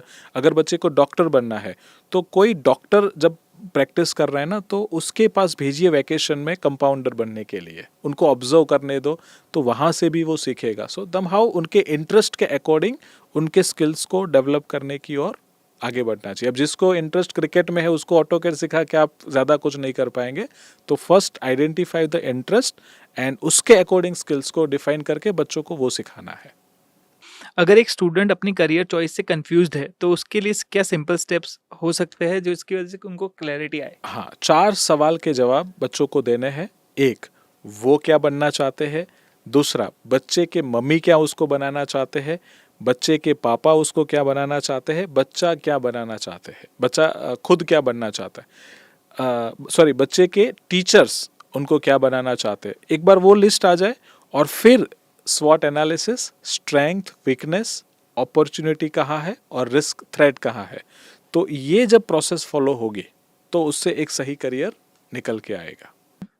सक्सेस और फेलियर को हैंडल करना स्टूडेंट के लिए कैसे इजी बनाया जा सकता है? देखिए, ये काम पेरेंट्स का है कि उनको ये बताया जाए कि एग्ज़ाम में फेल होने से लाइफ ख़त्म नहीं हो जाती। तो उसके लिए माइंडसेट है जो पेरेंट्स ही उनको दे सकते हैं, वो प्रेशर को कम करने के लिए। इंटर्नशिप और प्रैक्टिकल एक्सपीरियंस करियर के स्टार्टिंग स्टेज में कितना वैल्यूएबल है और स्टूडेंट को कब और कैसे अप्लाई करना चाहिए? मैं तो कहता हूँ कि बच्चा जब 8th स्टैंडर्ड में आ जाता है तब से जितना प्रैक्टिकल एक्सपोजर मिले उतना अच्छा है। और ये प्रैक्टिकल एक्सपोजर हो सकता है कि जैसे पापा का फैक्ट्री हो गया, वहाँ पर जाके कुछ काम किया, अगर फैक्ट्री नहीं है तो कोई रिलेटिव में कोई है वहाँ पर गए, या फिर कोई शॉप पे चले गए, जो भी जहाँ पर भी प्रैक्टिकल सीखने को मिले। क्योंकि एक किताबी दुनिया जो बुक्स में है वो अलग है, एक रियल लाइफ अलग है, तो उसका कॉम्बिनेशन करने के लिए प्रैक्टिकल स्किल्स होना बहुत ज़रूरी है। बिकॉज एक बार आपके पास डिग्री आ गया, ये तो आपको एंट्री मिल जाएगा, आपका जो ग्रोथ है वो आपके एक्सपीरियंस के दम पे आपको मिलता है। तो ये हैबिट जितनी कम एज से, यंग एज से डलवाए बच्चों के अंदर, वो काफ़ी हेल्पफुल होगा। ओके, स्टडी और वर्क लाइफ बैलेंस कैसे मेंटेन किया जाए, स्पेशली जब एग्जाम और करियर प्लानिंग दोनों पे प्रेशर हो? देखिए, पहला जैसे मैंने बताया, आगे भी ट्यूशन क्लास अगर है तो आपके पास टाइम नहीं रहता है, तो वो ज़रूर कम कर सकते हैं। एकेडमिक्स और वर्क लाइफ में आप ये डिसाइड कर लीजिए कि एकेडमिक्स को कितना टाइम देना है और आपका जो वर्क टाइम है उसको आपका कितना टाइम देना है। और एवरी नाइट आप अपना एक कल का लिस्ट, टू डू लिस्ट बना सकते हैं। कल मुझे ये टास्क ख़त्म करने, वो कब करो वो आपके ऊपर है, बट टास्क ही ऐसा सेट किए जाए। मान लीजिए कि आपका एकेडमिकल फोकस ज़्यादा है तो 70% उसे दिया, 30% आपने और कुछ स्किल्स या वर्क रिलेटेड दिया, तो उसको उस तरीके से ही मैनेज करते हुए आगे बढ़ना है। अगर उल्टा है तो टाइमिंग और एकेडमिक्स को भी उसी तरह से सेट करना है। Okay, thank you sir, thank you for doing this. बच्चों को एक बीज होता है, हर बच्चा एक बीज के लेकर आता है और उसमें हर अनलिमिटेड पोटेंशियल होता है, और आप जैसे लोग जो उनको अपने पोटेंशियल को रीच करने में हेल्प करते हैं, तो we are grateful to have you. और आप जो काम कर रहे हैं उसके लिए we are grateful and thank you for doing this podcast. Thank you so much, thank you, thanks a lot.